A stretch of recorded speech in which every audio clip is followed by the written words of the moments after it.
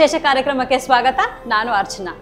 1+1 ಅಂದ್ರೆ 2 ಅಂತ ಯಾರು ಬೇಕಾದ್ರೂ ಸುಲಭವಾಗಿ ಹೇಳ್ಬಿಡ್ತಾರೆ. ಆದ್ರೆ ಕುಟುಂಬದ ವಿಷಯಕ್ಕೆ ಬಂದಾಗ 1+1 ಅಂದ್ರೆ 3. ಮುದ್ದಾದ ಮಗು ಯಾರಿಗೆ ತಾನೇ ಬೇಡ ಹೇಳಿ, ಎಲ್ಲರಿಗೂ ಆ ಕನಸು ಇದ್ದೇ ಇರುತ್ತೆ. ಈ ಹಾದಿಯಲ್ಲಿ ಕೆಲವರಿಗೆ ಸುಲಭವಾದ್ರೆ ಇನ್ ಕೆಲವರಿಗೆ ಬೇಕಾದಷ್ಟು ಸಮಸ್ಯೆಗಳಿರುತ್ತೆ. ಈ ಸಮಸ್ಯೆಗಳಿಗೆ ಉತ್ತರ ಹಾಗೂ ಸಹಜ ಸಂತಾನ ಪಡೆದುಕೊಳ್ಳಲು ಮಾರ್ಗ ತೋರಿಸುವಂತ ಕಾರ್ಯಕ್ರಮವೇ Cradle Point Path to Parenthood.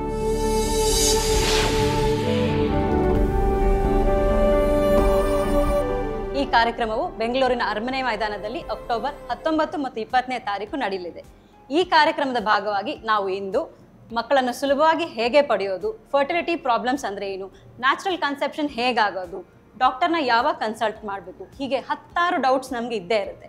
ಈ ಎಲ್ಲ ಡೌಟ್ಸ್ ಅನ್ನು ಉತ್ತರಿಸಲು ನಮ್ಮ ಜೊತೆ ಇದ್ದಾರೆ ಪ್ರಸೂತಿ ತಜ್ಞರಾದ ಡಾಕ್ಟರ್ ವಿದ್ಯಾ ವಿ ಭಟ್. ಡಾಕ್ಟರ್, ಕಾರ್ಯಕ್ರಮಕ್ಕೆ ಸ್ವಾಗತ. ನಮಸ್ಕಾರ. ನಮಸ್ಕಾರ ಡಾಕ್ಟರ್. ಮೊದಲಿಗೆ ನಮ್ಮ ಪ್ರಶ್ನೆ ಶುರು ಮಾಡೋದಾದ್ರೆ, ಪಾತ್ ಟು ಪೇರೆಂಟ್ಹುಡ್ ಬಗ್ಗೆ ನಿಮ್ಮ ಪರ್ಸನಲ್ ಅನಿಸಿಕೆ ಏನು? ಆ್ಯಕ್ಚುಲಿ ಈ ವಿಷಯ ಮುಂಚೆ ಇರಲಿಲ್ಲ ಅರ್ಚನಾ.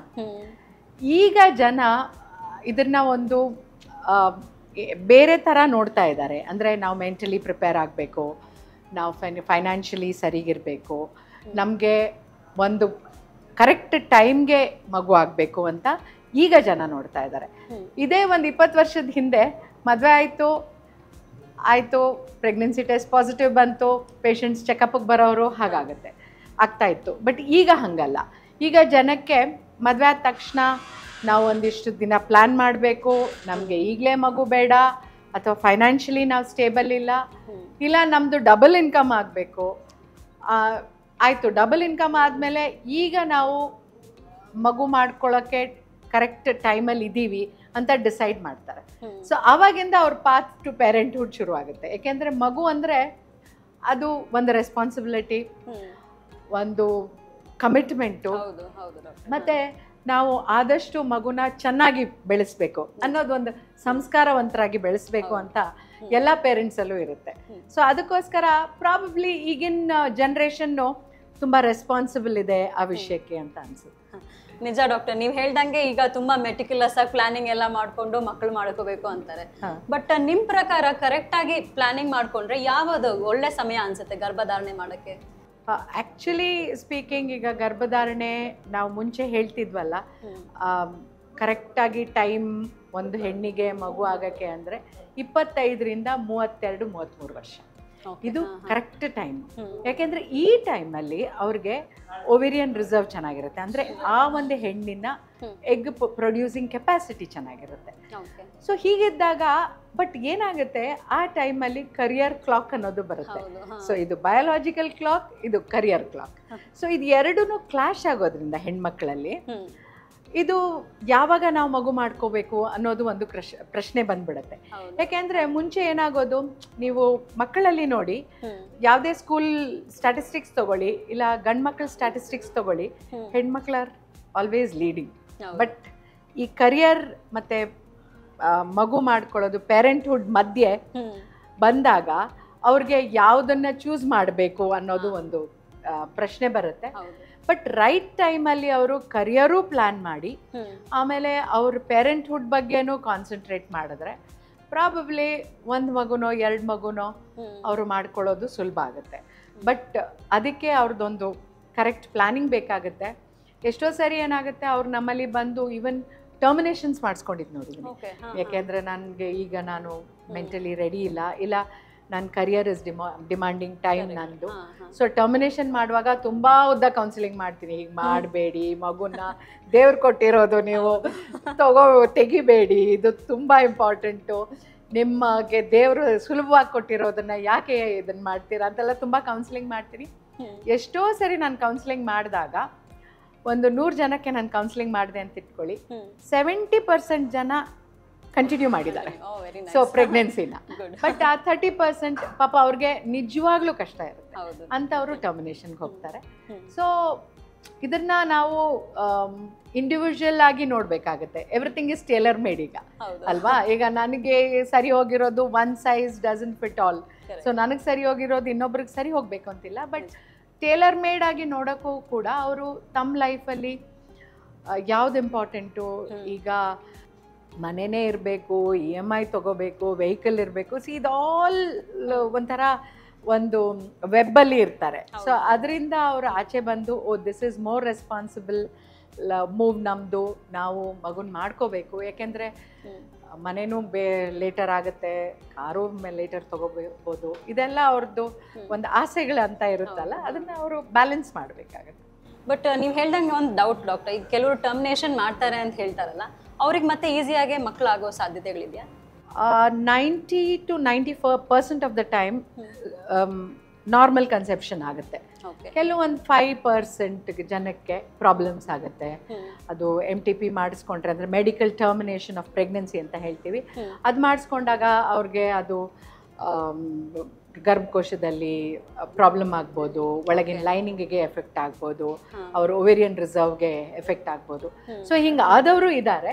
ಬಟ್ ನಾನು ಹೇಳೋದೇನು ಅಂದರೆ, ನಿಮ್ಮ ಒಂದು ರೆಸ್ಪಾನ್ಸಿಬಿಲಿಟೀಸ್ ನೋಡಿಕೊಂಡು ಮಾಡ್ಕೊಳ್ಳಿ. ಬಟ್ ಟರ್ಮಿನೇಷನ್ ನಾವು ರೆಫ್ಯೂಸ್ ಮಾಡಲ್ಲ, ಇಟ್ ಈಸ್ ಅವರ್ ಚಾಯ್ಸ್ ಅಥವಾ individual choice of the couple.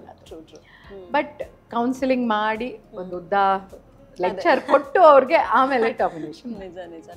ನೀವು ನ್ಯಾಚುರಲ್ ಕನ್ಸೆಪ್ಷನ್ ಬಗ್ಗೆ ಹೇಳುತ್ತಾ ಇದ್ರಿ, ಅದ್ರ ಬಗ್ಗೆ ಡೀಟೇಲ್ ಆಗಿ ಹೇಳೋದಾದ್ರೆ? ನ್ಯಾಚುರಲ್ ಕನ್ಸೆಪ್ಷನ್, ಇನ್ಫರ್ಟಿಲಿಟಿ ಅಂತ ನಾವು ಮಾತಾಡುವಾಗ ಆ ಇನ್ಫರ್ಟಿಲಿಟಿ ಡೆಫಿನೇಷನ್ ಅಂದರೆ ಒಂದು ಕಪಲ್ ಮದುವೆ ಆದವರು ಕಾಂಟ್ರಸೆಪ್ಷನ್ ಯೂಸ್ ಮಾಡ್ದೇನೆ ರೆಗ್ಯುಲರ್ ಇಂಟರ್ಕೋರ್ಸ್. ಈಗ ರೆಗ್ಯುಲರ್ ಇಂಟರ್ಕೋರ್ಸ್ ಅಂದರೆ ಮದುವೆ ಆದಮೇಲೆ ಜೊತೆಗಿರ್ತಾರೆ, ಸಂಭೋಗ ಚೆನ್ನಾಗಿ ಆಗ್ತಾ ಇರುತ್ತೆ. ಸೊ ರೆಗ್ಯುಲರ್ ಇಂಟರ್ಕೋರ್ಸ್ ಮಾಡಿ 1 ವರ್ಷ ಆದರೂ ಕನ್ಸೀವ್ ಆಗದಿದ್ರೆ, ಬಿಕಾಸ್ ಈ ಒಂದು ಗ್ರೂಪ್ ತಗೊಂಡಾಗ ಏನು ಪ್ರಾಬ್ಲಮ್ ಇಲ್ಲ, ಎಲ್ಲರೂ ಚೆನ್ನಾಗಿದ್ದಾರೆ, ಅವಾಗ ಆಲ್ಮೋಸ್ಟ್ 70 to 80% ಕನ್ಸೀವ್ ಆಗ್ತಾರೆ. ಆಗದೆ ಇದ್ದಾಗ ಆವಾಗ ನ್ಯಾಚುರಲಿ ಆಗಿಲ್ಲ, ನಮಗೆ ನಾವು ಅಡ್ವೈಸ್ ತಗೋಬೇಕಾ ಅಂತ ಯೋಚನೆ ಮಾಡಬೇಕು. ಕೆಲವರು ಆಂಕ್ಷಿಯಸ್ ಇರ್ತಾರೆ, ಬಟ್ ಐ ಥಿಂಕ್ ಒಂದು ಕೌನ್ಸಿಲಿಂಗ್ ಅಂತ ಬೇಕಾಗುತ್ತೆ. ಕೆಲವರು ನಾವು ಮಗುನ ಮಾಡ್ಕೋಬೇಕು ಡಾಕ್ಟ್ರೇ, ನಮಗೆ ಫ್ಯಾಮಿಲಿ ಸ್ಟಾರ್ಟ್ ಮಾಡಬೇಕು ಅಂತ ಕೌನ್ಸಿಲಿಂಗು ಬರ್ತಾರೆ. ಕೆಲವರು ನಮಗೆ ಬೇಡ ಡಾಕ್ಟ್ರೇ, ನಾವು ಕಾಂಟ್ರಸೆಪ್ಷನ್ ಯೂಸ್ ಮಾಡಬೇಕು ಅಂತಾನೂ ಬರ್ತಾರೆ, ಟೈಮ್ ಬೇಕು ಅಂತ ಬರ್ತಾರೆ. So there are different groups of patients coming. But I think by and large ನಾನು ಹೇಳೋದೇನು ಅಂದರೆ, ನೀವು ಪೇರೆಂಟ್ಹುಡ್ಗೆ ಅಥವಾ ನೀವು ಪೇರೆಂಟ್ಸ್ ಆಗಬೇಕು ಅಂತ ಅಂದಾಗ ನಿಮ್ಮ ಒಂದು ಚೆಕಪ್ ಮಾಡಿಸ್ಕೋಬೇಕು, ಆಮೇಲೆ ಫೋಲಿಕ್ ಆ್ಯಸಿಡ್ ಸ್ಟಾರ್ಟ್ ಮಾಡಿಸ್ಬೇಕು, ಲೈಫ್ ಸ್ಟೈಲ್ ಚೆನ್ನಾಗಿರಬೇಕು. ಈಗಿಂದು ಪ್ರಾಬ್ಲಮ್ಸು ಐ ಥಿಂಕ್ ನೀವು ಕೇಳಿರ್ತೀರಾ, ಮೀಡಿಯಾದವರು ನಿಮಗೆ ಗೊತ್ತಿರುತ್ತೆ, lot of smoking, alcohol consumption, drug abuse ಆಗ್ತಾ ಇದೆ. ಎಲ್ಲರೂ ಮಾಡ್ತಾರೆ ಅಂತಲ್ಲ, ಬಟ್ ಅದೆಲ್ಲ ಸ್ಟಾಪ್ ಮಾಡಬೇಕು.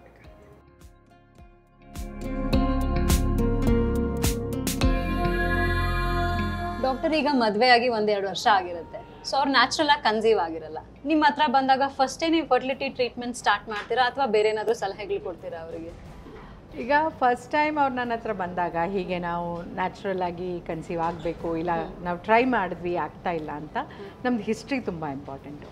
ನಿಮಗೆ ಗಂಡ ಹೆಂಡತಿ ಸೇರೋಕ್ಕಾಗ್ತಾ ಇದೆಯಾ, ಇಲ್ಲ ಏನಾದ್ರು ಇಶ್ಯೂಸ್ ಇದೆಯಾ ಅದರಲ್ಲಿ, ಇಲ್ಲ ನಿಮ್ಮ ಪೀರಿಯಡ್ಸ್ ಕರೆಕ್ಟಾಗಿ ಬರ್ತಾ ಇದೆಯಾ, ವೈಫ್ ಹತ್ರ ಕೇಳ್ತೀವಿ. ಕರೆಕ್ಟಾಗಿ ಮುಟ್ಟು ಬರ್ತಾ ಇದ್ರೆ ಅಂದರೆ ಅವ್ರಿಗೆ 14th ಡೇ ಕರೆಕ್ಟಾಗಿ ಓವ್ಯುಲೇಷನ್ ಆಗ್ತಾ ಇದೆ. ಇಂಥ ಕಪಲ್ಸಲ್ಲಿ ತುಂಬ ಸುಲಭ ಅದು ಟ್ರೀಟ್ ಮಾಡೋದು. ಏನಕ್ಕೆ ಅಂದರೆ ನಾವು ಹೇಳ್ಬೋದು, ನೋಡಿ ನೀವು ಓವ್ಯುಲೇಷನ್ ಟೈಮಲ್ಲಿ ಅಂದರೆ 12 to 14th ಡೇ 15th ಡೇಯಲ್ಲಿ ಆಲ್ಟರ್ನೇಟ್ ಡೇಸ್ ಸೇರಿ, ಇಲ್ಲದೆ ಇದ್ದರೆ ಅದೊಂದು ಓವ್ಯುಲೇಷನ್ ಕಿಟ್ ಬರುತ್ತೆ. ಸೊ ಆ ಕಿಟ್ಟಲ್ಲಿ ನೀವು ನಿಮ್ಮ ಯೂರಿನ್, ಡ್ರಾಪ್ ಆಫ್ ಯೂರಿನ್ ಹಾಕಿ ಎಲೆಟ್ ಸರ್ಜ್ ಅಂತ ಹೇಳ್ತೀವಿ. ಸೊ ಅದನ್ನು ಆಗ್ತಾ ಇದೆ, ನೀವು ಓವ್ಯುಲೇಷನ್ ಆಗ್ತಾ ಇದೆ, ಅದು ಪಾಸಿಟಿವ್ ಬಂದರೆ ಈ ಟೈಮಲ್ಲಿ ಗಂಡ ಹೆಂಡತಿ ಸೇರಿ ಅಂತ ಹೇಳ್ತೀವಿ. ಎಷ್ಟೋ ಸರಿ ಅದರಲ್ಲಿ ಕನ್ಸೆಪ್ಷನ್ ಆಗುತ್ತೆ. ಅದು ಕೆಲವು ಸರಿ ನನ್ನ ಅಸಿಸ್ಟೆಂಟ್ಸ್ ಎಲ್ಲ ರೇಗಿಸ್ತಾರೆ, ಮೇಡಮ್ ನಿಮ್ಮ ಟಚ್ ಥೆರಪಿ ಆಗಿದೆ ಅಂತ. ಟಚ್ ಥೆರಪಿ ಎಲ್ಲ ದೇ ಆರ್ ನಾರ್ಮಲ್ ಅಷ್ಟೇ. ಬಟ್ ಓವ್ಯುಲೇಷನ್ ಎಷ್ಟು ಇಂಪಾರ್ಟೆಂಟ್ ಡಾಕ್ಟರ್ ವಿಮೆನ್ಗೆ? ಸಿಂಪ್ಟಮ್ಸ್ ಏನಾದರೂ ಗೊತ್ತಾಗುತ್ತಾ ಅವ್ರಿಗೆ, ಈಗ ನನ್ನ ಓವ್ಯುಲೇಷನ್ ಫೇಸ್ ಇದು, ಅಥವಾ ಕೌಂಟ್ ಮಾಡ್ಕೋಬೇಕಾ ನಂಬರ್ ಆಫ್ ಡೇಸ್ ಆಗಿದೆ ಅಂತ? ಅಂದರೆ ಫಸ್ಟ್ ಡೇ ಆಫ್ ಪೀರಿಯಡ್ಸಿಂದ 12th day to 14th day ಅಂದರೆ 28 ಡೇಸ್ ಸೈಕಲ್ ಇದೆ ಅಂತಂದರೆ, ಸೊ 28 ಡೇಸ್ ಸೈಕಲಲ್ಲಿ 14th ಡೇ ಅಥವಾ 12th, 13th, 14th day fertile time. ಅದು ಕೆಲವ್ರಿಗೆ 24 ಡೇಸ್ ಆಗುತ್ತೆ ಪೀರಿಯಡ್ಸು. ಸೊ 24 ಡೇಸ್ ಇದ್ದವರು ನಾರ್ಮಲ್ಲು, 28 ಡೇಸ್ ಇದ್ದವರು ನಾರ್ಮಲ್ಲು. 28 ಡೇಸಲ್ಲಿ ಲಾರ್ಜ್ ನಂಬರ್ ಆಫ್ ಪಾಪ್ಯುಲೇಷನ್ ಬೀಳ್ತಾರೆ. 35 ಡೇಸು ಕೂಡ ನಾರ್ಮಲ್ಲು. ಅಂದರೆ ಈಚ್ ಲೇಡಿ, ಈಚ್ ಹೆಂಗಸಿಗೆ ಅಥವಾ ಒಂದು ಹೆಣ್ಣಿಗೆ ಅವಳದೇ ಆದ ಸೈಕಲ್ಸ್ ಇರುತ್ತೆ. ಅಂದರೆ ದಟ್ ಈಸ್ ನಾರ್ಮಲ್. ಈಗ ಎಷ್ಟೋ ಸರಿ ಬಂದು ಇರೆಗ್ಯುಲರ್ ಅಂತ ಹೇಳ್ತಾರೆ.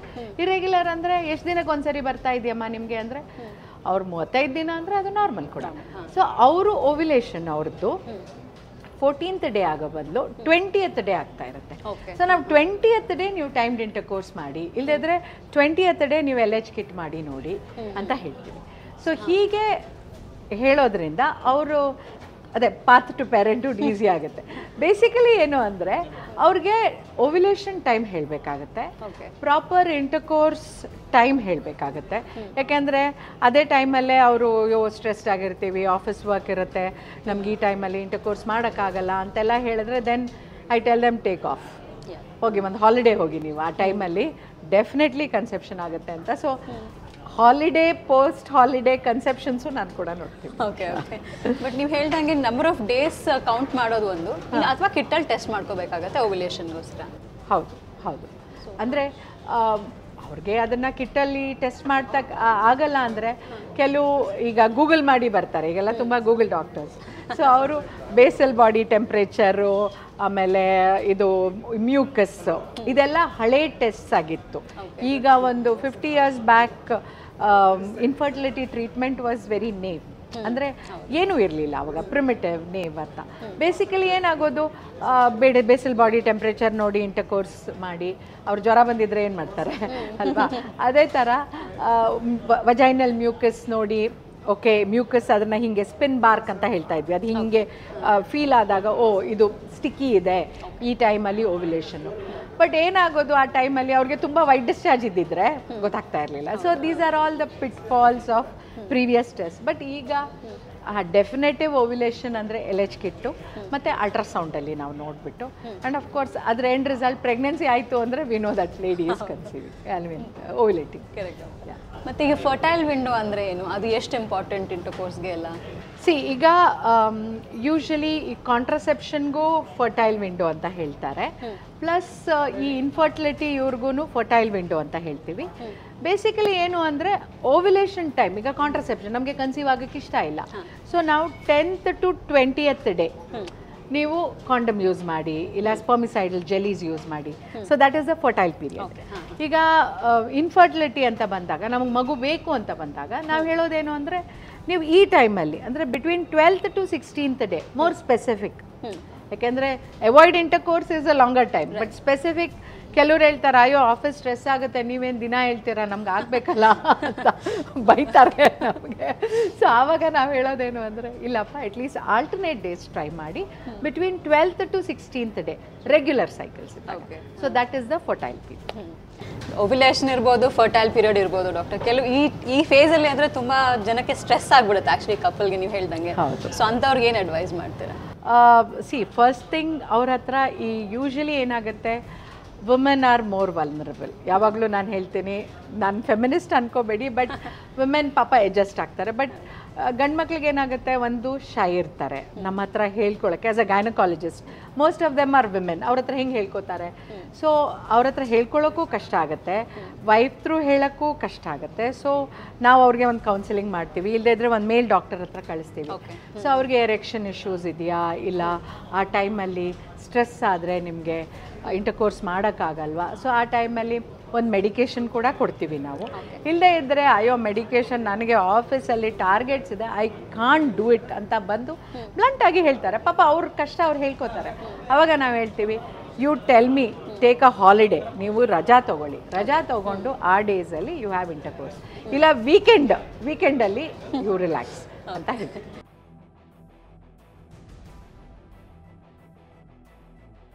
ಫರ್ಟಿಲಿಟಿ ಅನ್ನೋ ಸಬ್ಜೆಕ್ಟ್ ಹೇಗಂದರೆ ಡಾಕ್ಟರ್, ತುಂಬ ಡೌಟ್ಸ್ ಇರುತ್ತೆ, ಕೇಳಕ್ಕೆ ತುಂಬ ಸಂಕೋಚ ಆಗ್ತಾ ಇರುತ್ತೆ. ಸೊ ಫರ್ಟಿಲಿಟಿ ಬಗ್ಗೆ ಡೌಟ್ಸ್ ಏನೇನು ಇರ್ಬೋದು ಅಂತ ನಿಮ್ಗೆ ಅನ್ಸುತ್ತೆ? ಅವ್ರಿಗೆ ಫಸ್ಟ್ ಪ್ರಾಬ್ಲಮ್ ಬರೋದು ನಾವು ಸರಿಯಾಗಿ ಇಂಟರ್ಕೋರ್ಸ್ ಮಾಡ್ತಾ ಇದ್ದೀವ ಅಂತ. ನಾನು ಹಾಗೆ ಹೇಳ್ದಂಗೆ ಏನಾಗುತ್ತೆ, ಎಷ್ಟೋ ಸರಿ ಫೈಬ್ರಸ್ ಹೈಮನ್ ನೋಡ್ತೀವಿ ನಾವು. ಫೈಬ್ರಸ್ ಹೈಮನ್ ಅಂದರೆ ಅವ್ರಿಗೆ ಪೆನಿಟ್ರೇಷನ್ನೇ ಆಗೋದೇ ಕಷ್ಟ ಆಗುತ್ತೆ. ಸೊ ಆ ಥರ ಇದ್ದಾಗ ಅವ್ರಿಗೆ ನಾವು ಎಕ್ಸಾಮಿನ್ ಮಾಡಿ ಹೇಳಬೇಕಾಗುತ್ತೆ, ನೋಡಿಪ್ಪ ಈ ಇಶ್ಯೂ ಇದೆ, ನೀವು ಹೀಗೆ ಟ್ರೈ ಮಾಡಬೇಕು ಅಂತ ಹೇಳ್ತೀವಿ. ಕೆಲವು ಸರಿ ಎಲ್ಲೋ ಗೂಗಲ್ ಮಾಡಿರ್ತಾರೆ, ಏನೋ ಇಶ್ಯೂಸ್ ಇರುತ್ತೆ, ಇಲ್ಲ ಯಾರೋ ಹೇಳಿರ್ತಾರೆ, ಪೀರಿಯಡ್ಸ್ ಟೈಮಲ್ಲಿ ಇಂಟರ್ಕೋರ್ಸ್ ಮಾಡಬೇಕಾ ಡಾಕ್ಟ್ರೆ ಅಂತ ಕೇಳಿ. So there are so many doubts. ಆಮೇಲೆ ರಾಂಗ್ ಇನ್ಫಾರ್ಮೇಷನ್ಸು ಇರುತ್ತೆ. ನಾ ಅದೇ ಹೇಳೋದು, ಗೂಗಲ್ ಡಾಕ್ಟರ್ಸ್ ಆಗಬೇಡಿ, ದಯವಿಟ್ಟು ನೀವು ನಮ್ಮ ಹತ್ರ ಬನ್ನಿ, ವಿಲ್ ಅಡ್ವೈಸ್ ಯು ಅಂತ. ಕೆಲವರು ಅಟ್ಲೀಸ್ಟ್ ಪ್ರಾಪರ್ ಆಗಿ ಅದ್ರ ಬಗ್ಗೆ ತಿಳ್ಕೊಂಡು, ಈಗ ಓಕೆ ನಾವು ಹೀಗೆ ಇಂಟರ್ಕೋರ್ಸ್ ಮಾಡಿ ಇದ್ರೆ ಆಗ್ಬೋದು ನಮಗೆ ಅಂತ ಅಟ್ಲೀಸ್ಟ್ ಇನ್ಫಾರ್ಮೇಷನ್ ಕರೆಕ್ಟಾಗಿ ತಗೋತಾರೆ. But most of the time confusions, ನಾವು ಸರಿಯಾಗಿ ಸೇರ್ತಾ ಇದ್ದೀವಾ, ಓವ್ಯುಲೇಷನ್ ಪ್ರಾಬ್ಲಮ್ಸು. ಆಮೇಲೆ ಇನ್ನೊಂದು ಕಾಮನ್ ಪ್ರಾಬ್ಲಮ್ ನಾವು ನೋಡಿರೋದೇನು ಅಂದರೆ, ಈಗ ಇರ್ರೆಗ್ಯುಲರ್ ಸೈಕಲ್ಸ್. ಈಗ ಇರ್ರೆಗ್ಯುಲರ್ ಸೈಕಲ್ಸ್ ಇದ್ದಾಗ ಏನಾಗುತ್ತೆ, ಓವ್ಯುಲೇಷನ್ ಆಗ್ತಾ ಇರಲ್ಲ. ಬಟ್ ಅವ್ರದ್ದು LH ಕಿಟ್ ಪಾಸಿಟಿವ್ ಬರುತ್ತೆ. ಬಿಕಾಸ್ ಅದು ಆ LH ಹಾರ್ಮೋನು ಜಾಸ್ತಿ ಇರುತ್ತೆ ಅವರಲ್ಲಿ. ಸೊ ನಮ್ಮದು ಓವ್ಯುಲೇಷನ್ ಕಿಟ್ ಪಾಸಿಟಿವ್ ಬರ್ತಾ ಇದೆ, ನಾವು ಕನ್ಸೀವ್ ಆಗ್ತಾ ಇಲ್ಲ, ಹಸ್ಬೆಂಡ್ ಇಶ್ಯೂನ ವೈಫ್ ಇಶ್ಯೂನ ಅಂತ ಅದೊಂದು ಬರುತ್ತೆ. ಆಮೇಲೆ ಇನ್ನೊಂದು ಕಾಮನ್ ಆಗಿ ನಾನು ನೋಡೋದು ಅಂದರೆ, ಪಾಪ ಹೆಣ್ಮಕ್ಳು they are once again vulnerable. ಏನು ಟೆಸ್ಟ್ ಆದರೂ ಒಪ್ಕೋತಾರೆ. ಗಂಡು ಮಕ್ಕಳು ಮಾಡಿಸ್ಬೇಕಾ, ಯಾಕೆ next month, but it is 50-50%. ನಾನು ಹೇಳೋದು 50 women 50 men. ಸೊ 50-50%ಅಲ್ಲಿ ಇಶ್ಯೂ ಇರೋದ್ರಿಂದ ದಯವಿಟ್ಟು ನಿಮ್ಮ ಟೆಸ್ಟ್ ಮಾಡಿಸಿ ಅಂತ. ಎಲ್ಲ ಸರಿನೂ ಅದು ಸ್ಪರ್ಮ್ಸ್ ಇಲ್ಲ ಅಂತಿಲ್ಲ, ಇನ್ಫೆಕ್ಷನ್ ಇರುತ್ತೆ, ಮೋಟಿಲಿಟಿ ಕಡಿಮೆ ಇರುತ್ತೆ. ನಾನು ಹೇಳ್ತೀನಿ ನೋಡಿ, ಅದು ಮೂವ್ ಆಗಲ್ಲ ಫಾಸ್ಟಾಗಿ, ಅದಕ್ಕೋಸ್ಕರ ಅದಕ್ಕೆ ಮೆಡಿಕೇಶನ್ ಕೊಡೋಣ, ಸರಿ ಹೋಗುತ್ತೆ. ಸೊ ಇದೆಲ್ಲ ಎಷ್ಟೊಂದು ಡೌಟ್ಸ್ ಇರೋದ್ರಿಂದ, ಅಥವಾ ಕೆಲವು ಸರಿ ಏನಾಗುತ್ತೆ, ನಾವೆಲ್ಲ ನಾರ್ಮಲ್ ಇದ್ದೀನಿ, ನನಗೆ ನಾನು ಜಿಮ್ ಎಲ್ಲ ಹೋಗ್ತೀನಿ, ನನಗೆ ಏನೂ ಪ್ರಾಬ್ಲಮ್ ಇಲ್ಲ ಅಂತ. ಬಟ್ ಪ್ರಾಬ್ಲಮ್ ಏನಾಗುತ್ತೆ ಅಂದರೆ, ಜಿಮ್ಗೆ ಹೋಗಿ ಇವರು ಕೆಲವು ಅನಬಾಲಿಕ್ ಸ್ಟಿರಾಯ್ಡ್ಸ್ ತಗೋತಾರೆ. ಆವಾಗ sperm count will become nil. ಅದಕ್ಕೆ ನಾವೇನೋ ಮಾಚೋ ಮ್ಯಾನ್, ಇವರು ಫುಲ್ ಮಸಲ್ ಇದ್ದಾರೆ, ಎಲ್ಲ ಚೆನ್ನಾಗಿರುತ್ತೆ, ಸ್ಪರ್ಮ್ ಕೌಂಟಲ್ಲಿ 0 ಇರುತ್ತೆ. ಸೊ ಅನಬಾಲಿಕ್ ಸ್ಟಿರಾಯ್ಡ್ಸ್ ತೊಗೋಬಾರ್ದು. ಮತ್ತು ಕೆಲವು ಪ್ರೋಟೀನ್ ಪೌಡರ್ ತೊಗೊಂಡ್ರೆ ಏನಾಗುತ್ತೆ, ಅದರಲ್ಲಿ ಹಾರ್ಡ್ ಮೆಟಲ್ಸ್ ಇರುತ್ತೆ. ಸೊ ಆ ಮೆಟಲ್ಸಿಂದನೂ ಇವ್ರಿಗೆ ಸ್ಪರ್ಮಲ್ಲಿ ಇಲ್ ಎಫೆಕ್ಟ್ ಬರೋಕ್ಕೆ ಶುರುವಾಗುತ್ತೆ. ಆಮೇಲೆ ಸಿಕ್ಕಾಪಟ್ಟೆ ವರ್ಕೌಟ್ ಮಾಡ್ತಾರೆ, ಏನು ಆ್ಯಬ್ಸ್ ಗೀಬ್ಸ್ ಎಲ್ಲ ಫುಲ್ 6 ಪ್ಯಾಕ್ ಆ್ಯಬ್ಸ್ ಮಾಡಿಕೊಂಡು. ಬಟ್ ಅದು ಒಂಥರ ಸ್ಟ್ರೆಸ್ಫುಲ್ ವರ್ಕೌಟ್ ಆದರೂ ಕೂಡ ಅವ್ರ ಸೀಮನ್ ಕೌಂಟು ಕಡಿಮೆ ಆಗೋ ಚಾನ್ಸ್ ಇರುತ್ತೆ. ಓಕೆ.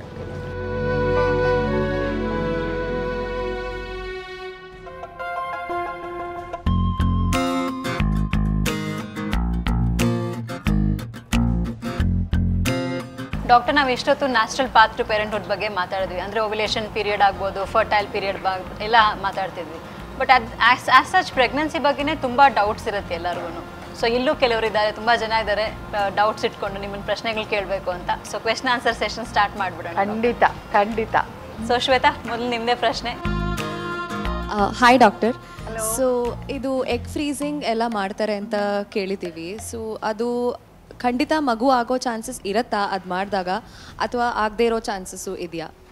ಈಗ ಎಗ್ ಫ್ರೀಸಿಂಗ್ ಅಂದರೆ it is a way to preserve your fertility. ಅಂದರೆ ನಮ್ಮ ಒಂದು ಫರ್ಟಿಲಿಟಿನ ನಾವು ಹೆಂಗೋ ಇನ್ನು ಮುಂದೆ ಮಗು ಆಗಬೇಕು ಅಂತ ಯೋಚನೆಯಲ್ಲಿ ನಾವು ಅದನ್ನು ಪ್ರಿಸರ್ವ್ ಮಾಡೋದು. ಅಂದರೆ ಮೊಟ್ಟೆ ತೆಗೆದು ಅದನ್ನು ಫ್ರೀಸ್ ಮಾಡ್ತೀವಿ.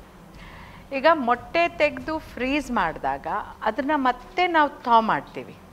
ಥಾ ಅಂದರೆ ಅದು ಫ್ರೀಸಿಂಗ್ ಒಂದು ಟೆಂಪ್ರೇಚರಲ್ಲಿರುತ್ತೆ. ಆಮೇಲೆ ಅದು ಒಂದು ಟೆಂಪ್ರೇಚರ್, ನಾರ್ಮಲ್ ಟೆಂಪ್ರೇಚರ್ಗೆ ಮತ್ತೆ ತೊಗೊಂಬರ್ತೀವಿ. ಈ ನಾರ್ಮಲ್ ಟೆಂಪ್ರೇಚರಲ್ಲಿ ತೊಗೊಂಬಂದಾಗ ಅದು ಬೆಳಿಲೂಬೋದು, ಸರ್ವೈವ್ ಆಗ್ಲೂಬೋದು, ಆಗದೇ ಇರಲೂಬೋದು. ಈಗ ಒಳ್ಳೆ ಕ್ವಾಲಿಟಿ ಎಗ್ ಇದ್ದಾಗ ಖಂಡಿತ ಅದರ ಸರ್ವೈವ್ ಆಗಿ ಅದನ್ನು ಮತ್ತೆ ನಾವು ಯಾರೋ ಅವ್ರ ಪಾರ್ಟ್ನರ್ ಸ್ಪರ್ಮ್ಸ್ ಜೊತೆ ಸೇರಿಸಿ ಎಂಬ್ರಿಯೋ ಮಾಡಿ ಮಗು ಆಗಿದ್ದು ಇದೆ, ಬಟ್ ಆಗದೇನೂ ಇರ್ಬೋದು. ಯಾವುದು 100% ಅಲ್ಲ ಇನ್ಫರ್ಟಿಲಿಟಿಲಿ. ಈಗ ಓವರಾಲ್ ನಾವು ಇನ್ಫರ್ಟಿಲಿಟಿ ಸಕ್ಸಸ್ ರೇಟ್ಸ್ ಹೇಳೋದು ಅಂದರೆ ಅಬೌಟ್ 40 to 50%. ಎಗ್ ಫ್ರೀಸಿಂಗ್ ಮಾಡಿ ನಾವು ಮತ್ತೆ ಎಂಬ್ರಿಯೋಸ್ ಮಾಡಿ ಮತ್ತೆ ಅದನ್ನು ಗರ್ಭದಲ್ಲಿಟ್ಟು ಅದಕ್ಕೆ ಎಷ್ಟೊಂದು ಫ್ಯಾಕ್ಟರ್ಸ್ ಇದೆ. ಈಗ ಅದು ತಾದ್ಮೇಲೆ ಬೆಳಿಬೇಕು, ಆ ಸ್ಪರ್ಮ್ ಕ್ವಾಲಿಟಿ ಚೆನ್ನಾಗಿರಬೇಕು, ಅದು ಸೇರಿದಾಗ ಒಳ್ಳೆ ಕ್ವಾಲಿಟಿ ಎಂಬ್ರಿಯೋ ಆಗಬೇಕು. ಆ ಎಂಬ್ರಿಯೋ ಭ್ರೂಣ ಆದಮೇಲೆ ಅದನ್ನು ಒಳಗಿಟ್ಟ ಮೇಲೆ ಅದು ಅದನ್ನು ಆಕ್ಸೆಪ್ಟ್ ಮಾಡಿ ಪ್ರೆಗ್ನೆನ್ಸಿ ಕಂಟಿನ್ಯೂ ಆಗಬೇಕು. ಆಗದೇ ಇರೋದು ಇದೆ. ಸೊ ಯಾವುದು 100% ಅಲ್ಲ, ಬಟ್ ಅಬೌಟ್ 30% ಓಕೆ ಅಂತ ಹೇಳ್ಬೋದು, ಒಳ್ಳೆ ಕ್ವಾಲಿಟಿ ಸೈಟ್ ಇದ್ದರೆ. ಕೆಲವು ಸ್ಟಡೀಸ್ ಏನು ಹೇಳುತ್ತೆ ಅಂದರೆ ಆಲ್ಮೋಸ್ಟ್ ಒಂದು 15 to 20% ಸಕ್ಸಸ್ ರೇಟ್ಸ್. ಡಾಕ್ಟರ್, ಮತ್ತು ಅಷ್ಟು ಕಮ್ಮಿ ಪರ್ಸೆಂಟೇಜ್ ಇದ್ರೆ ಈ ಸೆಲೆಬ್ರಿಟೀಸ್ ಎಲ್ಲ ತುಂಬ ಎಂಡೋರ್ಸ್ ಮಾಡ್ತಾರೆ, ನಾನು ಎಗ್ ಫ್ರೀಸ್ ಮಾಡಿಟ್ಟಿದ್ದೀನಿ ಸದ್ಯಕ್ಕೆ, ನನಗೆ ಬೇಕಾದಾಗ ನಾನು ಮಕ್ಕಳು ಮಾಡ್ಕೋಬೋದು ಅಂತ. ಮತ್ತು ಅದು ಎಷ್ಟು ಸರಿ ಡಾಕ್ಟರ್? ಈಗ ಆಗ್ಲೂಬಹುದು. ಪರ್ಸೆಂಟೇಜ್ ಕಡಿಮೆ ಇದೆ, but when we take a large ಒಂದು ದೊಡ್ಡ ಪಾಪ್ಯುಲೇಷನ್ ತೊಗೊಂಡಾಗ ಕಡಿಮೆ ಬರುತ್ತೆ. ಬಟ್ ಈಗ ನಾನು ಎಗ್ ಫ್ರೀಸ್ ಮಾಡಿದ್ದೀನಿ, ನಾಳೆ ನಾನು ಅದನ್ನು ಮಾಡಿ ನಾನು ಕನ್ಸೀವ್ ಆದರೆ ಅದು 100% ಆಗುತ್ತೆ. ಈಗ IVF ಕೂಡ ನಾವು ಎಲ್ಲರಿಗೂ ಓವರ್ ಆಲ್ ಹೇಳೋದು 30 to 40% ಇಲ್ಲ 50% ಸಕ್ಸಸ್ ಅಂತ. ಬಟ್ ಸಕ್ಸಸ್ ಆದವರು ಎಷ್ಟೊಂದು ಜನ ಇದ್ದಾರೆ, ಆಗದೆ ಅಯ್ಯೋ ಈ IVF ಎಲ್ಲ ಬರೀ ಬೊಗಳೆ ಅಂತ ಬೈಕೊಂಡವರು ಇದ್ದಾರೆ. ಸೊ ಹೀಗೆ ಅದರಲ್ಲಿ ಸಕ್ಸಸ್, ಪಾಸಿಟಿವ್ಸ್, ನೆಗೆಟಿವ್ಸ್, ಬಟ್ ಯಾವುದು ಗ್ಯಾರಂಟೀಡ್ ಇಲ್ಲ. I have preserved my eggs, ನನಗೆ ನಾಳೆ ಖಂಡಿತ ಮಗು ಆಗುತ್ತೆ ಅನ್ನೋದು ಗ್ಯಾರಂಟೀಡ್ ಇಲ್ಲ. ಬಟ್ ಅದು ಒಳ್ಳೆ ಕ್ವಾಲಿಟಿ ಊಸೈಟ್ ಇದ್ದರೆ, ಅದಕ್ಕೆ ಹೇಳೋದು ಯಂಗ್ ಏಜಲ್ಲಿ ಮಾಡಿ ಅಂತ. ಈಗ ಒಂದು 25, 30, 32 ಇಯರ್ಸಲ್ಲಿ ಮಾಡಿದ್ರೆ ಆ ಕ್ವಾಲಿಟಿ ಚೆನ್ನಾಗಿರುತ್ತೆ. ನಾನು 45 ವರ್ಷಕ್ಕೆ ಹೋಗಿ ಐ ವಾಂಟ್ ಟು ಪ್ರಿಸರ್ವ್ ಮೈ ಊಸೈಟ್ಸ್ ಅಂದರೆ, ಒಂದು ಊಸೈಟ್ ನಂಬರು ಜಾಸ್ತಿ ಬರಲ್ಲ, ಎರಡನೇದು ಕ್ವಾಲಿಟಿನೂ ಚೆನ್ನಾಗಿರಲ್ಲ. ಹಾಗೆ. ಹಲೋ ಡಾಕ್ಟರ್, ನನ್ನ ಕ್ವಶನ್ ಏನಂದರೆ, ಇವಾಗ ಫರ್ಟಿಲಿಟಿ ಇಶ್ಯೂಸ್ ಇರೋರಿಗೆ ಬರೀ ಹೆಂಗಸರಿಗೆ ಮಾತ್ರ ಅದು ಎಮೋಷ್ನಲಿ ಅಫೆಕ್ಟ್ ಆಗುತ್ತಾ, ಇಲ್ಲ it is like family or male in the family also, ಆ ಥರ ಏನಾದರೂ ಇರುತ್ತಾ? ಖಂಡಿತ ನಿಮ್ಮ ಕ್ವೆಶನ್ ತುಂಬ ಅಪ್ರಾಪ್ರಿಯೇಟ್. ಯಾಕೆಂದರೆ ಇಲ್ಲಿ ಸೋಷಿಯಲ್, ಎಕನಾಮಿಕ್, ಫಿಸಿಕಲ್ ಎಲ್ಲದೂ ಇಶ್ಯೂಸ್ ಬರುತ್ತೆ. ಈಗ ಎಮೋಷ್ನಲಿ ಖಂಡಿತ ಎಲ್ಲರಿಗೂ ಎಫೆಕ್ಟ್ ಆಗುತ್ತೆ. ಒಂದು ಪ್ರತಿ ಸೈಕಲಲ್ಲಿ ಕನ್ಸೀವ್ ಆಗದಿದ್ದಾಗ ಆ ಡಿಸಪಾಯಿಂಟ್ಮೆಂಟ್ ನೋಡೋಕ್ಕೆ ಬೇಜಾರಾಗುತ್ತೆ. ಯಾಕೆಂದರೆ ಅವರು ಈ ಸರಿ ಆಗ್ಬೋದಾ, ನಾವು forget about IVF, timed intercourse ಕೊಟ್ಟಾಗೆ ಡಾಕ್ಟರ್ ಈ ಸರಿ ಆಗ್ಬೋದಾ ಅನ್ನೋ ಒಂದು hope. Anything in life we do it with hope, ಆಗುತ್ತೆ ಅಂತ. ಅದು ಆಗದೇ ಇದ್ದಾಗ ಡಿಸಪಾಯಿಂಟ್ಮೆಂಟ್ ತುಂಬ. ಏಕೆಂದರೆ ಆ ಪೀರಿಯಡ್ಸ್ ಬರೋ ಟೈಮಲ್ಲೇ ಅವ್ರಿಗೆ ತುಂಬ ಸ್ಟ್ರೆಸ್ ಆಗ್ತಾ ಇರುತ್ತೆ. ಹಸ್ಬೆಂಡ್ ಆ್ಯಂಡ್ ವೈಫ್ ಕೂಡ ತುಂಬ ಟೆನ್ಷನ್ ಆಗ್ತಾ ಇರುತ್ತೆ. ಮಗು ಆಗಬೇಕು ನಮಗೆ, ಬಟ್ ಆಗ್ತಾ ಇಲ್ಲ, ಬಟ್ ಈಗಿನೇನು ಪೀರಿಯಡ್ ಬಂದುಬಿಡುತ್ತೆ ಅನ್ನೋ ಒಂದು ಟೆನ್ಷನ್ ಆದರೆ, ಇನ್ನೊಂದು ಕಡೆ ಮನೆಯಲ್ಲಿ ಅತ್ತೆ ಮಾವ, ತಾಯಿ, ತಂದೆ ಎಲ್ಲರೂ ಕೇಳ್ತಾ ಇರ್ತಾರೆ, ಈ ಸರಿ ಆಗ್ಬೋದಾ ನಿಮಗೆ. ಸೊ ಅದು ತುಂಬ ಒಂದು ಸ್ಟ್ರೆಸ್ ಆಗುತ್ತೆ. ಏನಪ್ಪ ಹಿಂಗಾಗೋಗ್ತಾ ಇದೆ, ನನ್ನಲ್ಲೇ ಏನೋ ಒಂದು ತೊಂದರೆ ಇದೆಯಾ, ಇಲ್ಲ ನಾನು ಬೇರೆ ಕಡೆ ನೋಡಿದ್ರೆ ನನ್ನ ಫ್ರೆಂಡ್ಸ್ಗೆ ಇಮಿಡಿಯೇಟ್ ಆಯಿತು, ಅವ್ರು ನೋಡಿದ್ರೆ 2ನೇ ಪ್ರೆಗ್ನೆನ್ಸಿ ಆಗಿ 3ನೇದು ಅಬಾರ್ಷನ್ ಬೇರೆ ಮಾಡಿಸ್ಕೊಂಡ್ರು, ನನಗೆ ಯಾಕೆ ಹಿಂಗಾಗ್ತಾ ಇದೆ. ಸೊ ಇದೊಂದು ಟರ್ಮಾಯ್ಲಲ್ಲಿ ಅವರು ಅವ್ರ ಸ್ಥಿತಿ ಇರುತ್ತೆ. ಆ ಟೈಮಲ್ಲಿ ನಾವು ಕೌನ್ಸಿಲಿಂಗ್ ಮಾಡಬೇಕು. ಆಮೇಲೆ ಮನೆಯಲ್ಲಿ ಅವರು ಎಲ್ಲರೂ ಜವಾಬ್ದಾರಿಯುತವಾಗಿ ನಡ್ಕೋಬೇಕು. ಅಂದರೆ ಗಂಡ ಆಗಲಿ, ಅವ್ರ ಅತ್ತೆ ಮಾವಂದರಾಗಲಿ, ಇಲ್ಲ ಹತ್ತಿರ ಇರೋರು, ಆಮೇಲೆ ಇವನ್ ತಂದೆ ತಾಯಿ ಕೂಡ ಅವ್ರಿಗೆ ಒಂಥರ ಸ್ಟ್ರೆಸ್ ಕೊಡಬಾರ್ದು. ಅದೇನಾಗುತ್ತೆ, ಅವ್ರ ಸ್ಟ್ರೆಸ್ಸು ಸೇರಿ ಇನ್ನೊಂದಿಷ್ಟು ಜಾಸ್ತಿ ಆಗುತ್ತೆ. ಅವರೆಲ್ಲ ಸಮಾಧಾನ ಹೇಳಬೇಕಾಗುತ್ತೆ, ನೋಡಿ ಇದು ಒಂದೇ ಅಲ್ಲ ಜೀವನದಲ್ಲಿ ಆಗುತ್ತೆ ಅಂತ ಒಂದು ಆ ಪಾಸಿಟಿವ್ನೆಸ್ ಬಂದ್ರೇ ಅವ್ರಿಗೆ ರಿಸಲ್ಟ್ಸ್ ಚೆನ್ನಾಗಿ ಬರುತ್ತೆ. ಇಲ್ಲದ್ರೆ ಏನಾಗುತ್ತೆ, ಇವ್ರು ಪ್ರತಿ ಸರಿ ನಂಗೆ ನೆಗೆಟಿವ್ ಬರ್ಬೋದು, ಈ ಸರಿನೂ ನಂಗೆ ನೆಗೆಟಿವ್ ಬರ್ಬೋದು, 2 ಸೈಕಲ್ ನೆಗೆಟಿವ್ ಆಯಿತು, ಈ ಸರಿನೂ ಖಂಡಿತ ನೆಗೆಟಿವ್ ಬರ್ಬೋದು. ಇದು ಟೈಮ್ಡ್ ಇಂಟರ್ಕೋರ್ಸ್ ಮತ್ತು IUI ಆದರೆ, IVF ಅವ್ರಿಗೆ ದುಡ್ಡು ಖರ್ಚು ಮಾಡಿರ್ತಾರೆ ಎಲ್ಲರೂ, ಅಯ್ಯೋ ಇಷ್ಟೊಂದು ಇವಳಿಗೋಸ್ಕರ ಖರ್ಚು ಮಾಡಿದ್ವಿ. ಅಲ್ಲಿ ಪ್ರಾಬ್ಲಮ್ ಯಾವುದೋ ಇರುತ್ತೆ, ಹಸ್ಬೆಂಡು ಪ್ರಾಬ್ಲಮ್ ಇರ್ಬೋದು, ಬಟ್ ಟಾರ್ಗೆಟ್ ಆಗೋದು ಹೆಣ್ಮಕ್ಳು. ಸೊ ಇವಳಿಗೋಸ್ಕರ ಮಾಡಿದ್ವಿ, ಇವಳಿಗೋಸ್ಕರ ಇಷ್ಟೊಂದಾಯಿತು, ಅದಾಗಿನೂ ನೆಗೆಟಿವು, ಇವಳು ಸರಿಯಾಗಿ ರೆಸ್ಟ್ ತೊಗೊಂಡಿಲ್ಲ, ಅಯ್ಯೋ ಅದು ತಿಂದ್ಬಿಟ್ಲು, ಅವತ್ತು ಹುಣಸೆಹಣ್ಣು ತಿಂದ್ಬಿಟ್ಲು, ಈ ಥರ ತುಂಬ ಒಂಥರ ಈ ಬ್ಲೇಮಿಂಗ್ ಆ್ಯಟಿಟ್ಯೂಡ್ ಬಂದಾಗ ಪಾಪ ಅವ್ರಿಗೆ ಇನ್ನೊಂದಿಷ್ಟು ಕಷ್ಟ ಆಗಿ, ಎಷ್ಟೋ ಜನ ನೆಗೆಟಿವ್ ಬಂದ ತಕ್ಷಣ ನನಗೆ ಹೇಳುವಾಗ ಬೇಜಾರಾಗುತ್ತೆ. ಆಮೇಲೆ ಅವ್ರಿಗೆ ಆ ಬ್ರೇಕ್ ಡೌನ್ ಆಗ್ತಾರೆ, ಇದು ನಾನು ಇನ್ನಿಲ್ಲಿರೋಕ್ಕಾಗಲ್ಲ, ಅಥವಾ ನಂಗೆ ಬೇಡವೇ ಬೇಡ ಸಾಕು ಅನ್ನೋ ಒಂದು ಆ್ಯಟಿಟ್ಯೂಡು ಬರುತ್ತೆ. ಸೊ ಇದರಲ್ಲಿ ಎಕನಾಮಿಕ್, ಫಿಸಿಕಲ್, ಎಮೋಷ್ನಲ್ ತುಂಬ ಒಂಥರ ಒಂದು ಧರ್ಮ ಸಂಕಟದಲ್ಲಿ ಸಿಕ್ಕಾಕೋತಾರೆ ಇವರು. ಹಲೋ ಡಾಕ್ಟರ್, ನಾನು ಈ ಫರ್ಟಿಲಿಟಿ ರಿಲೇಟೆಡ್ ಮೆಡಿಸಿನ್ಸ್ ಎಲ್ಲ ತೊಗೊಂಡ್ರೆ ವೆಯ್ಟ್ ಗೇನ್ ಆಗುತ್ತೆ ಅಂತ ಕೇಳಿದ್ದೀನಿ, ನಿಜಾನಾ? ಅದು 100% ನಿಜ ಅಲ್ಲ. ಯಾಕೆಂದರೆ ಫರ್ಟಿಲಿಟಿ ರಿಲೇಟೆಡ್ ಮೆಡಿಸಿನ್, ಈಗ ಇಂಜೆಕ್ಷನ್ಸು ಮತ್ತು ಈಗ ಟ್ಯಾಬ್ಲೆಟ್ಸ್ ನಾವು ಕೊಡೋದು, ಅದು ಎಲ್ಲದರಲ್ಲೂ ವೆಯ್ಟ್ ಗೇನ್ ಆಗಲ್ಲ. ಕೆಲವು ಸರಿ ಈಗ ಪ್ರೊಜೆಸ್ಟ್ರಾನ್ಸ್ ತೊಗೊಂಡಾಗ there is a little water lagging. ಈಗ ಪ್ರೊಜೆಸ್ಟ್ರಾನ್ ಯಾವಾಗ ಕೊಡ್ತೀವಿ ನಾವು, ಅದನ್ನು ಎಂಬ್ರಿಯೋ ಟ್ರಾನ್ಸ್ಫರ್ ಅಂದರೆ ಭ್ರೂಣನ ಒಳಗಿಟ್ಟ ಮೇಲೆ ಪ್ರೊಜೆಸ್ಟ್ರಾನ್ಸ್ ಕೊಟ್ಟು ರೆಸ್ಟ್ ಹೇಳಿರ್ತೀವಿ. ಸೊ ಆ ರೆಸ್ಟ್ ಇದ್ದಾಗ ಆಬ್ವಿಯಸ್ಲಿ ಕೆಲವು ಸರಿ ಸ್ಟ್ರೆಸ್ಫುಲ್ ಈಟಿಂಗೂ ಆಗುತ್ತೆ. ಅದ್ರ ಜೊತೆಗೆ ಈ ಪ್ರೊಜೆಸ್ಟ್ರಾನು ಆ ವಾಟರ್ ರಿಟೆನ್ಷನ್ ಅಂದರೆ ನೀರು ತುಂಬ್ದಂಗೆ ಆಗುತ್ತೆ, ಕಾಲಲ್ಲಿ ಕೆಲವು ಸರಿ ಊತ ಇದ್ದಂಗೆ ಹಿಂಗೆ ಅನಿಸುತ್ತೆ. ಸೊ ಆ ಪ್ರೊಜೆಸ್ಟ್ರಾನ್ ಸ್ಟಾಪ್ ಮಾಡ್ತಿದ್ದಂಗೆ ಅದು ನಾರ್ಮಲಿಗೆ ಬರುತ್ತೆ. ಸೊ ಏನೋ ನಮಗೆ ಸೈಡ್ ಎಫೆಕ್ಟ್ ಆಗಿಬಿಡುತ್ತೆ ಫರ್ಟಿಲಿಟಿ ರಿಲೇಟೆಡ್ ಮೆಡಿಸಿನ್ ತೊಗೊಂಡ್ರೆ, ಅದು ಸುಳ್ಳು. ಯಾಕೆಂದರೆ ಇದು ಮೈಯಲ್ಲಿರೋ ಹಾರ್ಮೋನ್ಸೇ ನಾವು ಕೊಡ್ತಾ ಇರೋದು. ಈಗ ನಾವು ರಿಕಾಂಬಿನೆಂಟ್ FSH ಇಲ್ಲ ಯೂರಿನರಿ, ಇದೆಲ್ಲ ನೀವು ಡಿಫ್ರೆಂಟ್ ಲೇಬಲ್ಸ್ ಓದಿರ್ತೀರ, ಇದೆಲ್ಲ ನಮ್ಮ ದೇಹದಲ್ಲಿರೋ ಹಾರ್ಮೋನ್ಸೇ. ಅದರಲ್ಲಂತೂ ಈ ರಿಕಾಂಬಿನೆಂಟ್ ಬರೋದು ಅದು ರಿಯಾಕ್ಷನ್ ಕೂಡ ಆಗಲ್ಲ, ಬಯೋಸಿಂಥೆಟಿಕಲಿ ಪ್ರಿಪೇರ್ಡ್, ಅಂದರೆ ಲ್ಯಾಬಲ್ಲಿ ನಮ್ಮ ಹ್ಯೂಮನ್ ಹಾರ್ಮೋನ್ ಥರನೇ ಪ್ರಿಪೇರ್ ಮಾಡಿರೋದು. ಸೊ ಅದರಿಂದ ಅಂತೂ ಏನೂ ಸೈಡ್ ಎಫೆಕ್ಟ್, ರಿಯಾಕ್ಷನ್ ಕೂಡ ಆಗಲ್ಲ. ಈಗ ಯೂರಿನರಿ ಅಂದರೆ ಎಕ್ಸ್ಟ್ರಾಕ್ಟ್ ಮಾಡಿರೋ ಇಂಜೆಕ್ಷನ್ಸ್ ಯೂಸ್ ಮಾಡಿದಾಗ ಏನಾಗುತ್ತೆ ಅಂದರೆ ಅದರಲ್ಲಿರೋ ಆಲ್ಬ್ಯೂಮಿನಿಂದ ರಿಯಾಕ್ಷನ್ ಆಗೋ ಚಾನ್ಸ್ ಇರುತ್ತೆ. ಸೊ ಇಲ್ಲಿ ರಿಯಾಕ್ಷನ್ ಕೂಡ ಆಗಲ್ಲ ಈ ರಿಕಾಂಬಿನೆಂಟ್ ಯೂಸ್ ಮಾಡಿದಾಗ. ಸೊ ಎಷ್ಟೋ ಸರಿ ಏನಾಗುತ್ತೆ ಇವ್ರಿಗೆ ನಾ ಫರ್ಟಿಲಿಟಿ ಇಂಜೆಕ್ಷನ್ಸು ಟ್ಯಾಬ್ಲೆಟ್ಸ್ ತೊಗೊಂಡೆ ನನಗೆ ತುಂಬ ತೊಂದರೆ ಆಗಿದೆ ಅಂತ ಹೇಳ್ತಾರೆ ಒಂದು 3 ತಿಂಗಳಾದಮೇಲೆ. ಖಂಡಿತವಾಗಿಯೂ ಇಲ್ಲ. ಅದು ಆ ದಿನ ನಾವು ತೊಗೊಳ್ಳೋ ಮೆಡಿಸನ್ನು, ಯಾವುದೇ ಮೆಡಿಸನ್ ಆಗಲಿ, ಅದು 24 ಅವರ್ಸು 1 ವೀಕಲ್ಲಿ ಎಕ್ಸ್ಕ್ರೀಟ್ ಆಗಿ ಹೋಗಿಬಿಡುತ್ತೆ. ಸೊ ಯಾವುದು ಮೈಯಲ್ಲಿರಲ್ಲ. ಈ ಪ್ರೊಜೆಸ್ಟ್ರಾನ್ಸ್ ತೊಗೊಂಡಾಗ ಅದು ಸ್ವಲ್ಪ ವೆಯ್ಟ್ ಗೇನ್ ಅನಿಸುತ್ತೆ, 1.5 to 2 kgs ಮ್ಯಾಕ್ಸಿಮಮ್, ಸ್ವಲ್ಪ ವಾಟರ್ ರಿಟೆನ್ಷನಿಂದ ಹೊರತು ಯಾವುದೇ ಫ್ಯಾಟ್ ಎಕ್ಯುಮುಲೇಷನ್ ಯಾವುದೂ ಆಗಲ್ಲ. ಸೊ ಏನಾಗುತ್ತೆ, ಇವರು ಬಂದು ಬ್ಲೇಮ್ ಮಾಡಿದಾಗ ಖಂಡಿತವಾಗೂ ಅದರಿಂದ ಅಲ್ಲ ಅಂತ ಹೇಳೋದು. ಹಾಯ್ ಡಾಕ್ಟರ್, ನನ್ನ ಪ್ರಶ್ನೆ ಏನಂದರೆ, ಈಗಾಗಲೇ ಕುಟುಂಬದಲ್ಲಿ ಇನ್ಫರ್ಟಿಲಿಟಿ ಇಶ್ಯೂ ಹೊಂದಿದ್ದಾರೆ, ಮುಂದಿನ ಜನ್ರೇಷನ್ಗೂ ಕ್ಯಾರಿ ಫಾರ್ವರ್ಡ್ ಆಗುತ್ತಾ ಅಂತ? ಹೆಚ್ಚಾಗಿ ಹಾಗಾಗಲ್ಲ. ಈಗ ಎಷ್ಟೋ ಸರಿ ಪೇಷಂಟ್ಸ್ ಬಂದು ಹೇಳ್ತಾರೆ, ನಮ್ಮ ಅಮ್ಮಂಗಾಗಿಲ್ಲ, ಎಲ್ಲ ಚೆನ್ನಾಗಿದ್ರು, ನನಗೆ ಹಿಂಗಾಗಿದೆ ಅಂತ. ಕೆಲವು ಫ್ಯಾಕ್ಟರ್ಸ್ ಹೆರಿಡಿಟ್ರಿ ಇರ್ಬೋದು, ಕೆಲವು ಸರಿ ನಾವು ಎಂಡೋಮೆಟ್ರಿಯೋಸಿಸ್ ಅಂತ ಕಾಯಿಲೆ ನೋಡ್ತೀವಿ, ಅದು ಹೆರಿಡಿಟ್ರಿ ಇರ್ಬೋದು. ಬಟ್ ಯಾವುದನ್ನೇ ಹೀಗೆ ಆಗುತ್ತೆ ಅಂತ ಹೇಳೋಕ್ಕಾಗಲ್ಲ. ಕೆಲವು ಸರಿ ಏನಾಗುತ್ತೆ, ಈಗ ಒವೇರಿಯನ್ ಕೆಲವು ಇಂಡಿವಿಜುವಲ್ಸು ದೇ ಆರ್ ಥಿನ್ ಇರ್ತಾರೆ, ತುಂಬ ಥಿನ್ ಬಿಲ್ಟ್ ಇರ್ತಾರೆ, ಅಂಥವರಲ್ಲಿ ಒವೇರಿಯನ್ ರಿಸರ್ವ್ ಕಡಿಮೆ ಆಗ್ಬೋದು ಫ್ಯಾಮಿಲಿಯಲ್ಲೂ. ಇನ್ನು ಕೆಲವು ಸರಿ ಏನಾಗುತ್ತೆ, ಕೆಲವು ಕ್ರೋಮೋಸೋಮಲ್ ಎಬ್ನಾರ್ಮ್ಯಾಲಿಟಿ, ಅಂದರೆ ಅದು ಫ್ಯಾಮಿಲಿಯಲ್ಲಿ ಇಲ್ಲದೆ ಇರ್ಬೋದು, ಬಟ್ ಎಲ್ಲೋ ಒಂದು ಕಡೆ ನೋಡ್ತೀವಿ ನಾವು ಈ ಮಾರ್ಫನ್ ಸಿಂಡ್ರೋಮು, ಇದು ಹೈಪೋಗೊನಡಾಟ್ರೋಪಿಕ್ ಹೈಪೋಗೊನಾಡಿಸಮ್ ಅಂತ ಹೇಳ್ತೀವಿ. ಇವ್ರಿಗೆ ಹುಟ್ಟುತ್ತಾನೆ ಅದು ಪ್ರಾಬ್ಲಮ್ ಇರುತ್ತೆ, ಬಟ್ ಅದು ಫ್ಯಾಮಿಲಿಲಿ ಇರಲೂಬೋದು, ಇರದೇ ಇರಲೂಬೋದು. ಸೊ ಎಲ್ಲದೂ ನಾವು ಫ್ಯಾಮಿಲಿಯಲ್ಲೂ ಹೀಗೆ ಆಗುತ್ತೆ ಅಂತ ಹೇಳೋಕ್ಕಾಗಲ್ಲ. ಮೋಸ್ಟ್ಲಿ ಟ್ವಿನ್ಸ್ ಆದವ್ರಿಗೆ ಟ್ವಿನ್ಸೇ ಆಗ್ತಾರೆ ಅಂತೆಲ್ಲ. ಟ್ವಿನ್ಸ್ ಆದವ್ರಿಗೆ ಟು ಸಮ್ ಎಕ್ಸ್ಟೆಂಟ್ ಮುಂಚೆ ಇತ್ತು, ಬಟ್ ಈಗೇನಾಗ್ಬಿಟ್ಟಿದೆ ಅಂದರೆ ಎಲ್ಲ ಇನ್ಫರ್ಟಿಲಿಟಿ ಟ್ರೀಟ್ಮೆಂಟ್ ಆಗಿರೋದ್ರಿಂದ ಟ್ವಿನ್ಸ್ ಜಾಸ್ತಿ ಆಗ್ತಾ ಇದೆ. ಬಟ್ ದ ರೀಸೆಂಟ್ ಸ್ಟಡೀಸ್ ಎಲ್ಲ ಏನು ಹೇಳ್ತಾ ಇದೆ ಅಂದರೆ ಒಂದೇ ಎಂಬ್ರಿಯೋ ಟ್ರಾನ್ಸ್ಫರ್ ಮಾಡಬೇಕು. ಈಗ ನಾವು ದೆರ್ ವಾಸ್ ಒನ್ ಟೈಮ್ ನಾವು 3-4 ಎಂಬ್ರಿಯೋಸ್, ಎಲ್ಲ ನಮಗೆ ಮಗು ಬೇಕು, ಜಾಸ್ತಿ ಹಾಕಿದಷ್ಟು ಜಾಸ್ತಿ ಬರುತ್ತೆ ಅಂತ. ಆಮೇಲೆ ಸ್ಟಡೀಸ್ ಬಂತು ಅದು ಕ್ರೌಡಿಂಗ್ ಆಗಿ ಕನ್ಸೀವ್ ಆಗಲ್ಲ ಅಂತ.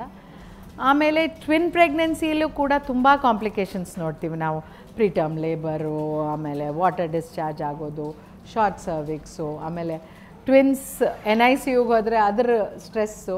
ಸೊ ಇದೆಲ್ಲ ಆಗಿರೋದ್ರಿಂದ ಈಗ ಕಾನ್ಸೆಪ್ಟ್ ಏನು ಅಂದರೆ, ನೀವು ಒಳ್ಳೆ ಒಂದು ಎಂಬ್ರಿಯೋ ಟ್ರಾನ್ಸ್ಫರ್ ಮಾಡಿ ಸಾಕು. ಸೊ ಒಂದು ಒಳ್ಳೆ ಔಟ್ಕಮ್ ಆಫ್ IVF ಏನು ಅಂದರೆ, ಸಿಂಗಲ್ ಪ್ರೆಗ್ನೆನ್ಸಿ, ತಾಯಿ complication free, like normal delivery ಅಥವಾ ನಾರ್ಮಲ್ ಪ್ರೆಗ್ನೆನ್ಸಿ ಮನೆಗೆ ತೊಗೊಂಡು ಹೋಗೋದು ನಮ್ಮ ಏಮ್.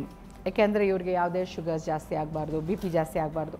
ಸೊ ಅದನ್ನೆಲ್ಲ ನೋಡಿಕೊಂಡು ನಾವು ಇವರು ಅನ್ಇವೆಂಟ್ಫುಲ್ ಪ್ರೆಗ್ನೆನ್ಸಿ ಮಾಡಬೇಕು ಇವ್ರಿಗೆ ಅನ್ನೋದಕ್ಕೆ ನಾವು ಏಮ್ ಮಾಡ್ತೀವಿ. ಅಂದರೆ IVFಲ್ಲಿ ಕನ್ಸೆಪ್ಷನ್ ಆಗೋ ತನಕ IVF, ಬಟ್ ಒಂದು ಸರಿ ಕನ್ಸೀವ್ ಆದಮೇಲೆ ಇವ್ರಿಗೆ ನಾವು ನಾರ್ಮಲ್ ಡೆಲಿವರಿಗೂ ಅಲೌ ಮಾಡ್ಬೋದು ಅನ್ನೋಷ್ಟು ಅವ್ರನ್ನ ಸೇಫಾಗಿ ನೋಡ್ಕೋಬೇಕು.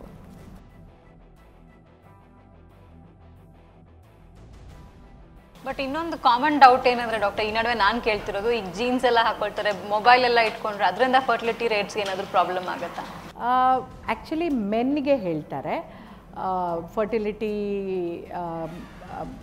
ಪ್ರಾಬ್ಲಮ್ಸ್ ಇರೋರು ಮೊಬೈಲ್ ಪಾಕೆಟಲ್ಲಿರೋದು, ಅದರಿಂದ ಬರೋ ರೇಸಿಂದ ಸ್ಪರ್ಮ್ ಡ್ಯಾಮೇಜ್ ಆಗ್ಬೋದು, ಅಂದರೆ DNA ಫ್ರ್ಯಾಗ್ಮೆಂಟೇಷನ್ ಇನ್ಕ್ರೀಸ್ ಆಗ್ಬೋದು. ನಾರ್ಮಲ್ ಕೌಂಟ್ ಇರುತ್ತೆ, ಕನ್ಸೀವ್ ಆಗ್ತಾ ಇಲ್ಲ, ಏನಕ್ಕೆ, ಎಲ್ಲ ನಾರ್ಮಲ್ ಇದೆ, ಮೊಟಿಲಿಟಿ ನಾರ್ಮಲ್ ಇದೆ ಅಂತ ನೋಡಿದಾಗ DNA ಫ್ರ್ಯಾಗ್ಮೆಂಟೇಷನ್ ಅಂತ ಟೆಸ್ಟ್ ಮಾಡ್ತೀವಿ.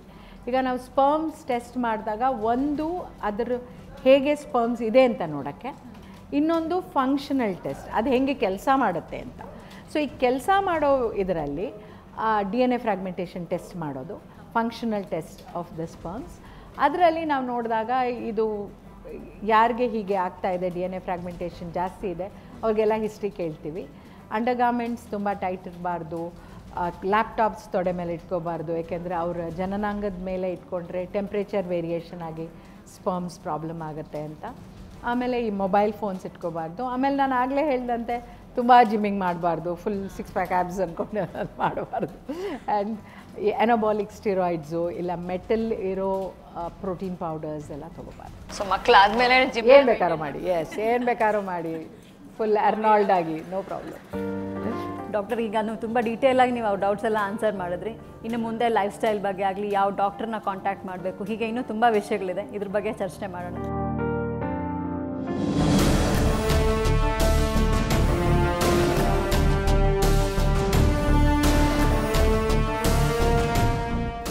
ಡಾಕ್ಟರ್, ಇಷ್ಟೊತ್ತು ನಾವು ನ್ಯಾಚುರಲ್ ಕನ್ಸೆಪ್ಷನ್ ಬಗ್ಗೆ ಆಗಲಿ, ಎಲ್ಲರಿಗೂ ಇರೋ ಡೌಟ್ಸ್ ಬಗ್ಗೆ ಆಗಲಿ ಎಲ್ಲ ಮಾತಾಡಿದ್ವಿ. ಒಂದು ಕಪಲ್ ಈಗ ನ್ಯಾಚುರಲ್ ಮೆಥಡ್ಸಲ್ಲಿ ಆಗಲಿಲ್ಲ, ಸೊ ಆರ್ಟಿಫಿಷಿಯಲ್ ಮೆಥಡ್ಸೇ ಇರೋದು ಅಂತ ಅಂದಾಗ ನೀವು ಏನೇನು ಮೆಥಡ್ಸ್ ಇದೆ ಅಂತ ಸ್ವಲ್ಪ ವಿವರವಾಗಿ ಹೇಳ್ತೀರಾ ಡಾಕ್ಟರ್? ಖಂಡಿತ. ಈಗ ಇಷ್ಟೊತ್ತು ಮಾತಾಡಿದ್ವಿ, ಈ ಚಿತ್ರದ ಮೂಲಕ ಎಕ್ಸ್ಪ್ಲೇನ್ ಮಾಡೋಕ್ಕೆ ನೋಡ್ತೀನಿ. ಅದು ಜನಕ್ಕೆ ಒಂದು ಅರ್ಥ ಆಗುತ್ತೆ, ಒಂದು ಮನಸ್ಸಿಗೆ ನಾಟುತ್ತೆ.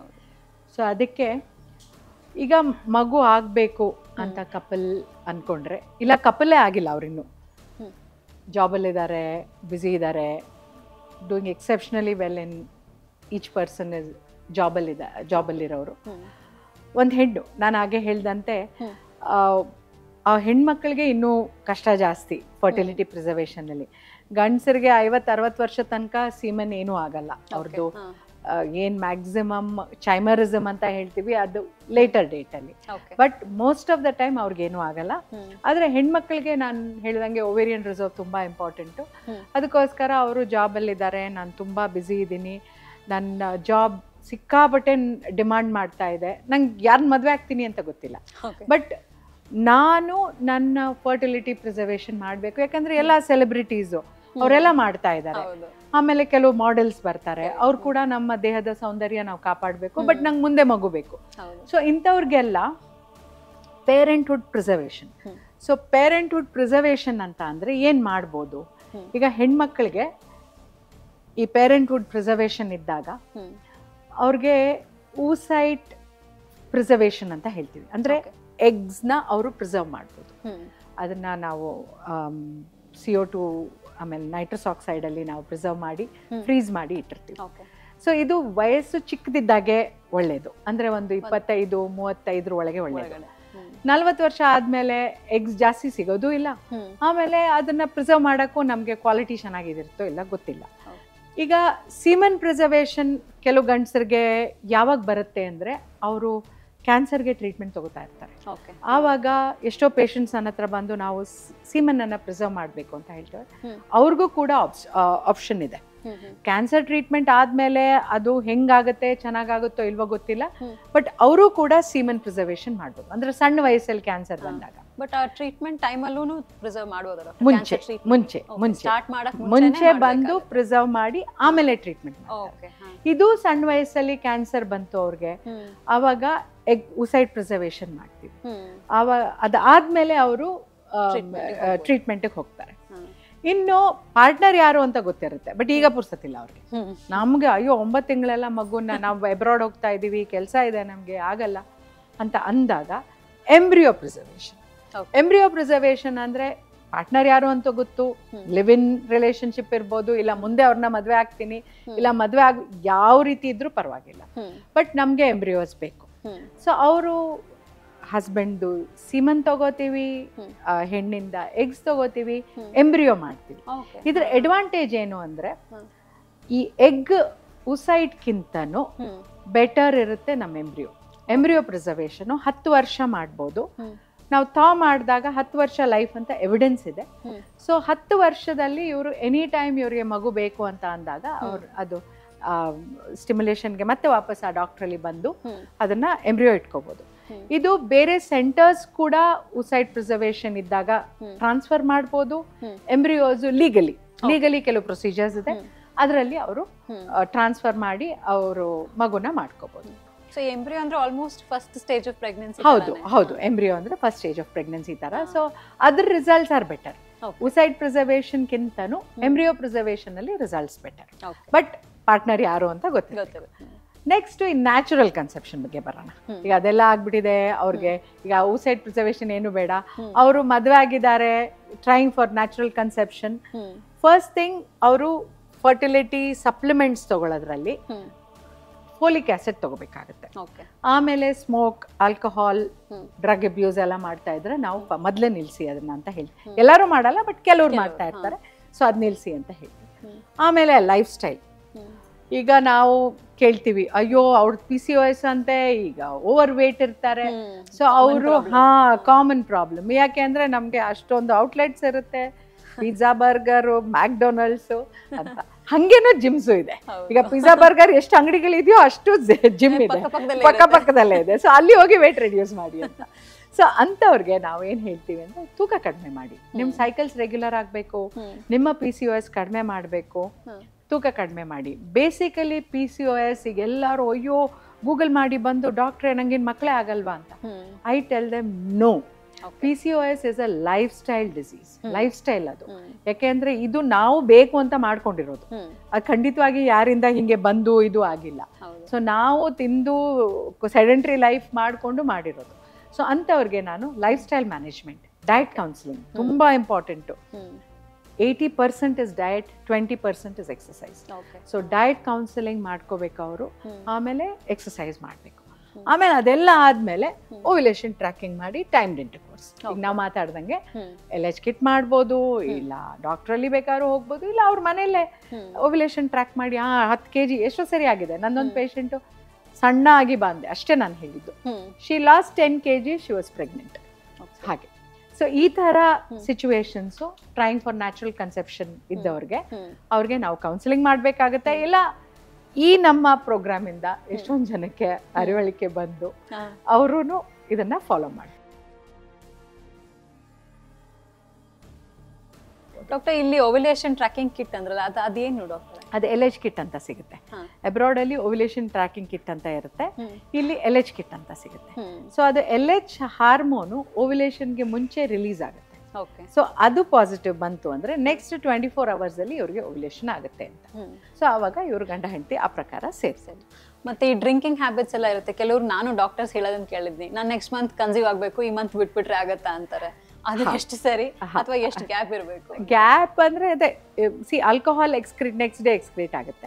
ಸೊ ಅವ್ರು ಕನ್ಸೀವ್ ಆಗಕ್ಕೆ 1 ಅಥವಾ 2 ತಿಂಗಳು ಮುಂಚೆ ನಿಲ್ಸಿದ್ರೆ ಒಳ್ಳೇದು. ಯಾಕಂದ್ರೆ ಆ ಸೈಕಲ್ ಅಲ್ಲೇ ಕನ್ಸೀವ್ ಆಗ್ಬಿಟ್ರೆ ಕಷ್ಟ. ಸೊ ಅದಕ್ಕೆ 1-2 ತಿಂಗಳ ಮುಂಚೆ, ಎಸ್ಪೆಷಲಿ ಸೋಷಿಯಲ್ ಡ್ರಿಂಕರ್ಸ್ಗೆ, ಪಾರ್ಟೀಸ್ಗೆಲ್ಲ ಹೋದಾಗ ತಗೋಬೇಡಿ ಅಂತ ಹೇಳ್ಬೇಕು. ದಿನ ಕುಡಿಯೋರಿಗೆ ಖಂಡಿತ ನಿಲ್ಲಿಸಿ ಅಂತ ಹೇಳಬೇಕು. ಒಂದು ಚೆಕಪ್ ಮಾಡಿಸ್ಕೊಳ್ಳಿ. ಆಮೇಲೆ ನಿಮ್ಮ ಹಾರ್ಮೋನ್ ಲೆವೆಲ್ಸ್ ನೋಡಿ, ಫ್ಯಾಟಿ ಲಿವರ್ ಎಲ್ಲ ಇದೆಯಾ ಅಂತ ನೋಡ್ಕೊಳ್ಳಿ ಅಂತ ಹೇಳ್ಬೇಕು. ಬಟ್ ಈಗ ಸೋಷಿಯಲ್ ಡ್ರಿಂಕಿಂಗ್ ನೀವು ಹೇಳ್ದಂಗೆ ಜಸ್ಟ್ ಇನ್ ಕೇಸ್ ಅವ್ರು ಗೊತ್ತಿಲ್ದಿರ ಕುಡಿದ್ಬಿಟ್ಟಿರ್ತಾರೆ, ಕನ್ಸೀವ್ ಆಗಿರುತ್ತೆ, ಅಂತವ್ರು ಏನ್ ಮಾಡ್ಬೇಕು? ಎಷ್ಟೋ ಸರಿ ಆಗಿದೆ ಆ ಥರ. ಈಗ wine the percentage of alcohol, but fetal alcohol syndrome ನೋಡ್ತೀವಿ ಕ್ರಾನಿಕ್ ಆಲ್ಕೋಹಾಲಿಕ್ಸ್ಗೆ ಲಾರ್ಜ್ ಡೋಸಸ್ ಅಲ್ಲಿ. ಒಂದು ಸೋಷಿಯಲ್ ಡ್ರಿಂಕಿಂಗು ಆ ಸೈಕಲ್ ಕನ್ಸೀವ್ ಆಗಿದ್ದಾರೆ, ಯೂಶಲಿ ಏನೂ ಆಗಲ್ಲ. ಬಟ್ ಪ್ರಾಪರ್ ಒಂದು ಸ್ಕ್ಯಾನ್ ಫಾಲೋ ಅಪ್ ಎಲ್ಲ ಬೇಕಾಗುತ್ತೆ. ಅಂದಾಕ್ಷಣ ಅದು ಏನು ಆಗಲ್ಲ ಅಂದಾಕ್ಷಣ ದಯವಿಟ್ಟು ಕುಡಿಯೋದಲ್ಲ ಅಂತ. ಬಟ್ ಸೀರಿಯಸ್ ಆಗಿ ತಗೋಬೇಕಾಗುತ್ತೆ. ನಾವೊಂದು ಲೈಫ್ ಬರ್ತ್ ಮಗು ನಿಮ್ ರೆಸ್ಪಾನ್ಸಿಬಿಲಿಟಿ ಅಲ್ವಾ ಮಗು, ಅದಕ್ಕೋಸ್ಕರ. ಸ್ಮೋಕಿಂಗ್ ಅಂತೂ ಖಂಡಿತ ಮಾಡಬೇಡಿ ಅಂತ ಹೇಳ್ತೀನಿ. ಯಾಕೆ ಅಂದ್ರೆ ಓವೇರಿಯನ್ ರಿಸರ್ವ್ ಫುಲ್ ಕಡಿಮೆ ಆಗುತ್ತೆ. ಗಂಡಸರು ಸ್ಪರ್ಮ್ಸ್ ಎಲ್ಲ ಸತ್ತು ಬಿದ್ದು ಕೆಲಸನೇ ಮಾಡಲ್ಲ, ಆ ತರ ಆಗುತ್ತೆ. ಸೊ ನನ್ನ ಸ್ಮೋಕರ್ಸ್, ನನ್ನ ಫ್ರೆಂಡ್ಸು ಇಲ್ಲ ನಮ್ಮ ಸ್ಟೂಡೆಂಟ್ಸು ಎಲ್ಲ ಮೊದಲು ಅದನ್ನ ನಿಲ್ಸಿಪ್ಪ, ನಿಮಗೆ ಮಗು ಬೇಕೋ ಬೇಡವೋ, ಇಲ್ಲ ನಿಮ್ಮ ವೈಫ್ಗೆ ಡೋನರ್ ಸ್ಪರ್ಮ್ಸಿಂದ ಮಗು ಆಗಬೇಕಾಗತ್ತೆ. ಬಟ್ ಈಗ ಓಕೆ, ಮದುವೆ ಆಗಿರೋ ಕಪಲ್ ಬಿಡಿ ಡಾಕ್ಟರ್, ಈಗ ನಾನು ನೋಡ್ದಂಗೆನೆ ಆ್ಯಕ್ಚುಲಿ ಅರ್ಬನ್ನಲ್ಲಿರೋ ಮಕ್ಕಳಿಗೆ ಕುಡಿಯೋದು, ಸ್ಮೋಕಿಂಗ್ ಒಂಥರ ಕೂಲ್ ಫ್ಯಾಕ್ಟರ್. ಆ್ಯಂಡ್ ಪ್ಲಸ್ ಈಗ ಹಳ್ಳಿಯಿಂದ ಬರ್ತಾರೆ, ಟೌನ್ಸಿಂದ ಬರೋರಿಗೆ ಅವ್ರು ಕೂಲಾಗಿ ಕಾಣಬೇಕು ಅಂತ ಕುಡಿಯೋದು ತುಂಬ ಜನ ಜಾಸ್ತಿ ಇರ್ತಾರೆ. ಅಂದರೆ ದೇ ಆರ್ ವೆರಿ ಯಂಗ್, ಇನ್ನೂ ಚಿಕ್ಕ ಮಕ್ಕಳು ಇರ್ತಾರೆ. ಅಂಥವ್ರಿಗೆ ಏನು ಹೇಳ್ತೀರಾ ಡಾಕ್ಟರ್? ಆ್ಯಕ್ಚುಲಿ ಲೈಫ್ ಮುಂದೆ ಇದೆ. ಇಲ್ಲ, ಅವ್ರಿಗೆ ಐ ಥಿಂಕ್ ಅವ್ರಿಗೆಲ್ಲ ಪ್ರಾಪರ್ ಕೌನ್ಸಿಲಿಂಗ್ ಆಗಬೇಕು. ಅದು ಸೈಡ್ ಎಫೆಕ್ಟ್ಸ್ ಬಗ್ಗೆ ಹೇಳಬೇಕಾಗುತ್ತೆ. Cool is different, life is different ಅಲ್ವಾ? ಅದಕ್ಕೋಸ್ಕರ ಅವರು ಅದನ್ನೆಲ್ಲ ಮಾಡದೇ ಇರೋದೇ ಒಳ್ಳೆಯದು. Drug abuse even worst. ಎಷ್ಟೊಂದು ನಾವು ಪ್ರಾಬ್ಲಮ್ಸ್ಗೆ ಕೇಳ್ತೀವಿ ಅದೆಲ್ಲ ಆದಮೇಲೆ. ಸೊ ಅದೆಲ್ಲ ಮಾಡದೇ ಇರೋದು ಒಳ್ಳೆಯದು. ಯಾಕೆಂದರೆ ಲೈಫ್ ಇಸ್ ವೆರಿ ಶಾರ್ಟ್, ಜೀವನ ತುಂಬ ಚಿಕ್ಕದು. ಅದರಲ್ಲಿ ಚೆನ್ನಾಗಿ ಬಾಳ್ಬೇಕೇ ಹೊರತು ಈ ಥರ ಮಾಡಿಕೊಂಡು ಜೀವನ ಹಾಳು ಮಾಡ್ಕೊಳ್ಳೋದಲ್ಲ. ನಿಜ ನಿಜ. ಸೊ ನ್ಯಾಚುರಲ್ ಕನ್ಸೆಪ್ಷನ್ ಬಗ್ಗೆ ನಾವು ಮಾತಾಡಿದ್ವಿ. ಈಗ ಅಸಿಸ್ಟೆಡ್ ನ್ಯಾಚುರಲ್ ಕನ್ಸೆಪ್ಷನ್ಗೆ ಹೋಗೋಣ. ಈ ಅಸಿಸ್ಟೆಡ್ ನ್ಯಾಚುರಲ್ ಕನ್ಸೆಪ್ಷನ್ ಅಂದರೆ ಏನು? ಈಗ do it your self kits. ಈಗ ಮೇಲ್ಸ್ಗೆ ಕಿಟ್ಸ್ ಬಂದಿದೆ, ಅವ್ರ ಸೀಮನ್ ಚೆನ್ನಾಗಿದೆಯೋ ಇಲ್ವೋ, ಅಟ್ಲೀಸ್ಟ್ ಸೀಮನ್ ಇದೆಯೋ ಇಲ್ವೋ, ಸ್ಪರ್ಮ್ಸ್ ಇದೆಯೋ ಇಲ್ವೋ ಅಂತ ನೋಡ್ಕೊಳ್ಳೋಕ್ಕೆ ಕಿಟ್ಸ್ ಅವೈಲೇಬಲ್ ಇದೆ. ಅವರಾಗೆ ಟೆಸ್ಟ್ ಮಾಡಿಸ್ಕೋಬೋದು. May not be 100% accurate, but at least ಏನೋ ನೋಡ್ಬೋದು. ಆಮೇಲೆ self care insemination kits available ಇದೆ. ಈಗ ಡಾಕ್ಟ್ರಲ್ಲಿ ಹೋಗಕ್ಕೆ ಕಷ್ಟ ಆಗುತ್ತೆ. ನಾನು ಆವಾಗಲೇ ಮಾತಾಡ್ದಂತೆಯೇ ಕೆಲವ್ರಿಗೆ ಇರೆಕ್ಷನ್ ಪ್ರಾಬ್ಲಮ್ಸ್ ಇರುತ್ತೆ, ಸೆಕ್ಷುವಲ್ ಆಕ್ಟ್ ಪರ್ಫಾರ್ಮ್ ಮಾಡೋಕ್ಕೆ ಕಷ್ಟ ಆಗುತ್ತೆ. ಅಂಥವರು ಈ ಸೆಲ್ಫ್ ಇನ್ಸೆಮಿನೇಷನ್ ಕಿಟ್ಟನ್ನ ಯೂಸ್ ಮಾಡ್ಬೋದು. ಇನ್ನೂ ಒಂದು ಈಸಿಲಿ ಹೇಳ್ಕೊಡ್ತೀನಿ ನಾನು. ಸಿರಿಂಜಲ್ಲಿ ಸ್ಟೆರೈಲ್ ಸಿರಿಂಜ್ ತಗೊಂಡು ಹಸ್ಬೆಂಡ್ ಅದನ್ನ ಇಜಾಕ್ಯುಲೇಟ್ ಮಾಡೋಕ್ಕಾದ್ರೆ ಆ ಸಿರಿಂಜಲ್ಲಿ ಫಿಲ್ ಮಾಡಿ ವಜಾನಲ್ಲಿ ಡೀಪ್ ಒಳಗೆ ಇನ್ಸರ್ಟ್ ಮಾಡಿಕೊಂಡ್ರೆ it is something like do it yourself insemination kit. ಆಮೇಲೆ ಅಫ್ಕೋರ್ಸ್ ಫಿಮೇಲ್ ಹೋಮ್ ಟೆಸ್ಟಿಂಗ್ ನಾವು ಮಾತಾಡಿದ್ವಿ ಆವಾಗ. Pregnancy kits and ovulation kits. Ovulation kits ಇರುತ್ತೆ. ಅಬ್ರಾಡಲ್ಲಿ ತುಂಬ ಜನ ಅದನ್ನ ಮಾಡ್ತಾರೆ. ನಮ್ಮ ಇಂಡಿಯಾದಲ್ಲಿ ಈಗ ಎಲ್ಲ ಹೇಳ್ಕೊಡ್ತಾ ಇದ್ದೀವಿ. ಸೊ ಅದಕ್ಕೆ ಅವ್ರಿಗೆ ಅವೇರ್ನೆಸ್ ಬಂದಿದೆ, ಮಾಡ್ತಾರೆ. ಸೊ ಅವರು ಟ್ರೈ ಮಾಡ್ಬೋದು ಇದನ್ನ. ಈಗ ಎತ್ತಿದ್ದಂಗೆ ಮನೇಲಿ ಏನು ಅನ್ಕೊಂಬಿಡಿ, ಎಲ್ಲರಿಗೂ ಏನಾಗುತ್ತೆ ಮನೇಲಿ ಹೇಳಕ್ಕೆ ಇಷ್ಟ ಇರಲ್ಲ. ಈಗ ಕಪಲ್ ಇಬ್ಬರೇ ಇದ್ರೆ, ನ್ಯೂಕ್ಲಿಯರ್ ಫ್ಯಾಮಿಲಿ ಆದರೆ ತೊಂದರೆ ಇಲ್ಲ. ಬಟ್ ಇದು ಮನೇಲಿ ಎಲ್ಲರಿಗೂ ಗೊತ್ತಾಗ್ಬಿಟ್ರೆ ನಮ್ಮ ವಿಷಯದ ಬಗ್ಗೆ ಅಂತ ಅಂದವರು ಈ ಥರದ್ದು ಫಾಲೋ ಮಾಡ್ಬೋದು. ಇದೆಲ್ಲ ಡಾಕ್ಟರ್ ಬರಕ್ ಮುಂಚೆನೇ ಇವೆಲ್ಲ ಟ್ರೈ ಮಾಡ್ಬೋದು. Then of course medically assisted conception. So ಇದಕ್ಕೆ ಏನು ಮಾಡಬೇಕು? ಡಾಕ್ಟ್ರಲ್ಲಿ ಹೋಗಬೇಕಾಗತ್ತೆ, ಇನ್ವೆಸ್ಟಿಗೇಷನ್ಸ್ ಮಾಡಿಸ್ಬೇಕು, ದೆನ್ ಕೌನ್ಸಿಲಿಂಗ್ ಕನ್ಸಲ್ಟೇಷನ್ಸ್ಗೆ ಹೋಗಬೇಕಾಗತ್ತೆ. ಆಮೇಲೆ ಸರ್ಜಿಕಲ್ ಇಂಟರ್ವೆನ್ಷನ್ ಬಂದರೆ ನಾವು ಇನ್ವೆಸ್ಟಿಗೇಷನ್ಸ್ ನಾವೇನು ಮಾಡ್ತೀವಿ? ಕಪಲ್ ಬಂದಾಗ ಫಸ್ಟ್ ನೋಡೋದು ಒಂದು ಬೇಸ್ಲೈನ್ ಸ್ಕ್ಯಾನ್. ವೈಫ್ಗೆ ಒಂದು ಬೇಸ್ಲೈನ್ ಸ್ಕ್ಯಾನ್ ಮಾಡ್ತೀವಿ, ಹಸ್ಬೆಂಡ್ಗೆ ನಿಮ್ಮದು ಸೀಮನ್ ಟೆಸ್ಟ್ ಮಾಡಿಸ್ತೀವಿ. ಇದು ಎರಡೂ ನಾರ್ಮಲ್ ಇದ್ರೆ, ಆಮೇಲೆ ಅವ್ರು ಮದುವೆ ಆಗಿ ಒಂದು 6 ತಿಂಗಳು 8 ತಿಂಗಳು ಆಗಿದ್ರೆ ಹೀಗೆ ನ್ಯಾಚುರಲಿ ಟ್ರೈ ಮಾಡಿ. ನಾವು ಅವಾಗ ಮಾತಾಡ್ದಂಗೆ ಟೈಮ್ಡ್ ಇಂಟರ್ಕೋರ್ಸ್ ಅಂತ ಹೇಳ್ತೀವಿ. ಆಮೇಲೆ ಅವ್ರಿಗೇನಾದ್ರು ಇಶ್ಯೂಸ್ ಇದೆಯಾ, ಮೆಂಟಲ್ ಫಿಸಿಕಲ್ ಇಶ್ಯೂಸ್ ಇದೆಯಾ, ಅಥವಾ diabetes, hypertension, thyroid problems, high prolactin levels ಇದೆಲ್ಲ ಇದೆಯಾ ಇದ್ರೆ ಅದನ್ನ ನಾವು ನೋಡಿ ಅವ್ರಿಗೆ ಅದ್ರ ಪ್ರಕಾರ ಟ್ರೀಟ್ಮೆಂಟ್ ಕೊಡ್ತೀವಿ.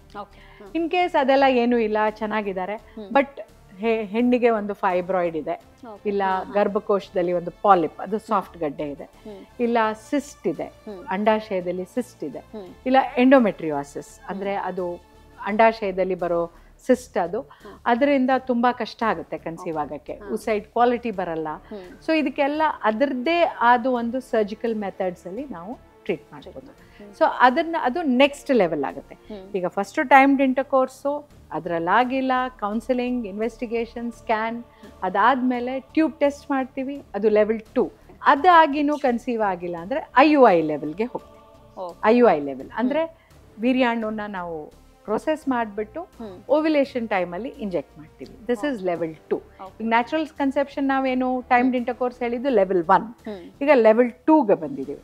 ಸೊ ಈ ಲೆವೆಲ್ 2 ಅಲ್ಲಿನೂ ಆಗಿಲ್ಲ, ಆವಾಗ ಈ ಥರ ಸರ್ಜಿಕಲ್ ಎಲ್ಲ ಇಂಟರ್ವೆನ್ಷನ್ಸ್ ಮುಗಿಸಿ ಲ್ಯಾಪ್ರೋಸ್ಕೋಪಿ ಮೂಲಕ, ಉದರದರ್ಶಕದ ಮೂಲಕ ಹಿಸ್ಟ್ರೋಸ್ಕೋಪಿ, ಲ್ಯಾಪ್ರೋಸ್ಕೋಪಿಯಲ್ಲಿ ನಾವು ಮಾಡ್ತೀವಿ. ಯಾಕಂದರೆ ಅಷ್ಟಿಕ್ಕವರು 24 ವರ್ಷ 25 ವರ್ಷ ಇಷ್ಟು ದೊಡ್ಡ ಸ್ಕಾರ್ ಮಾಡಿಕೊಂಡು ಚೆನ್ನಾಗಿರಲ್ಲ ಅಂತ ಹೇಳಿಬಿಟ್ಟು ಈ ಲ್ಯಾಪ್ರೋಸ್ಕೋಪಿ ಮೂಲಕ, ಆಮೇಲೆ ರಿಸಲ್ಟ್ಸು ತುಂಬ ಚೆನ್ನಾಗಿದೆ ಲ್ಯಾಪ್ರೋಸ್ಕೋಪಿ ಮೂಲಕ. ಪಾಸ್ಟ್ 20-25 ಇಯರ್ಸಿಂದ ಇದು ತುಂಬ ರೆವಲ್ಯೂಷನ್ ಆಗಿದೆ, ಲ್ಯಾಪ್ರೋಸ್ಕೋಪಿ, ಹಿಸ್ಟ್ರೋಸ್ಕೋಪಿ. ಸೊ ಇದನ್ನು ಮಾಡ್ತೀವಿ. IVF.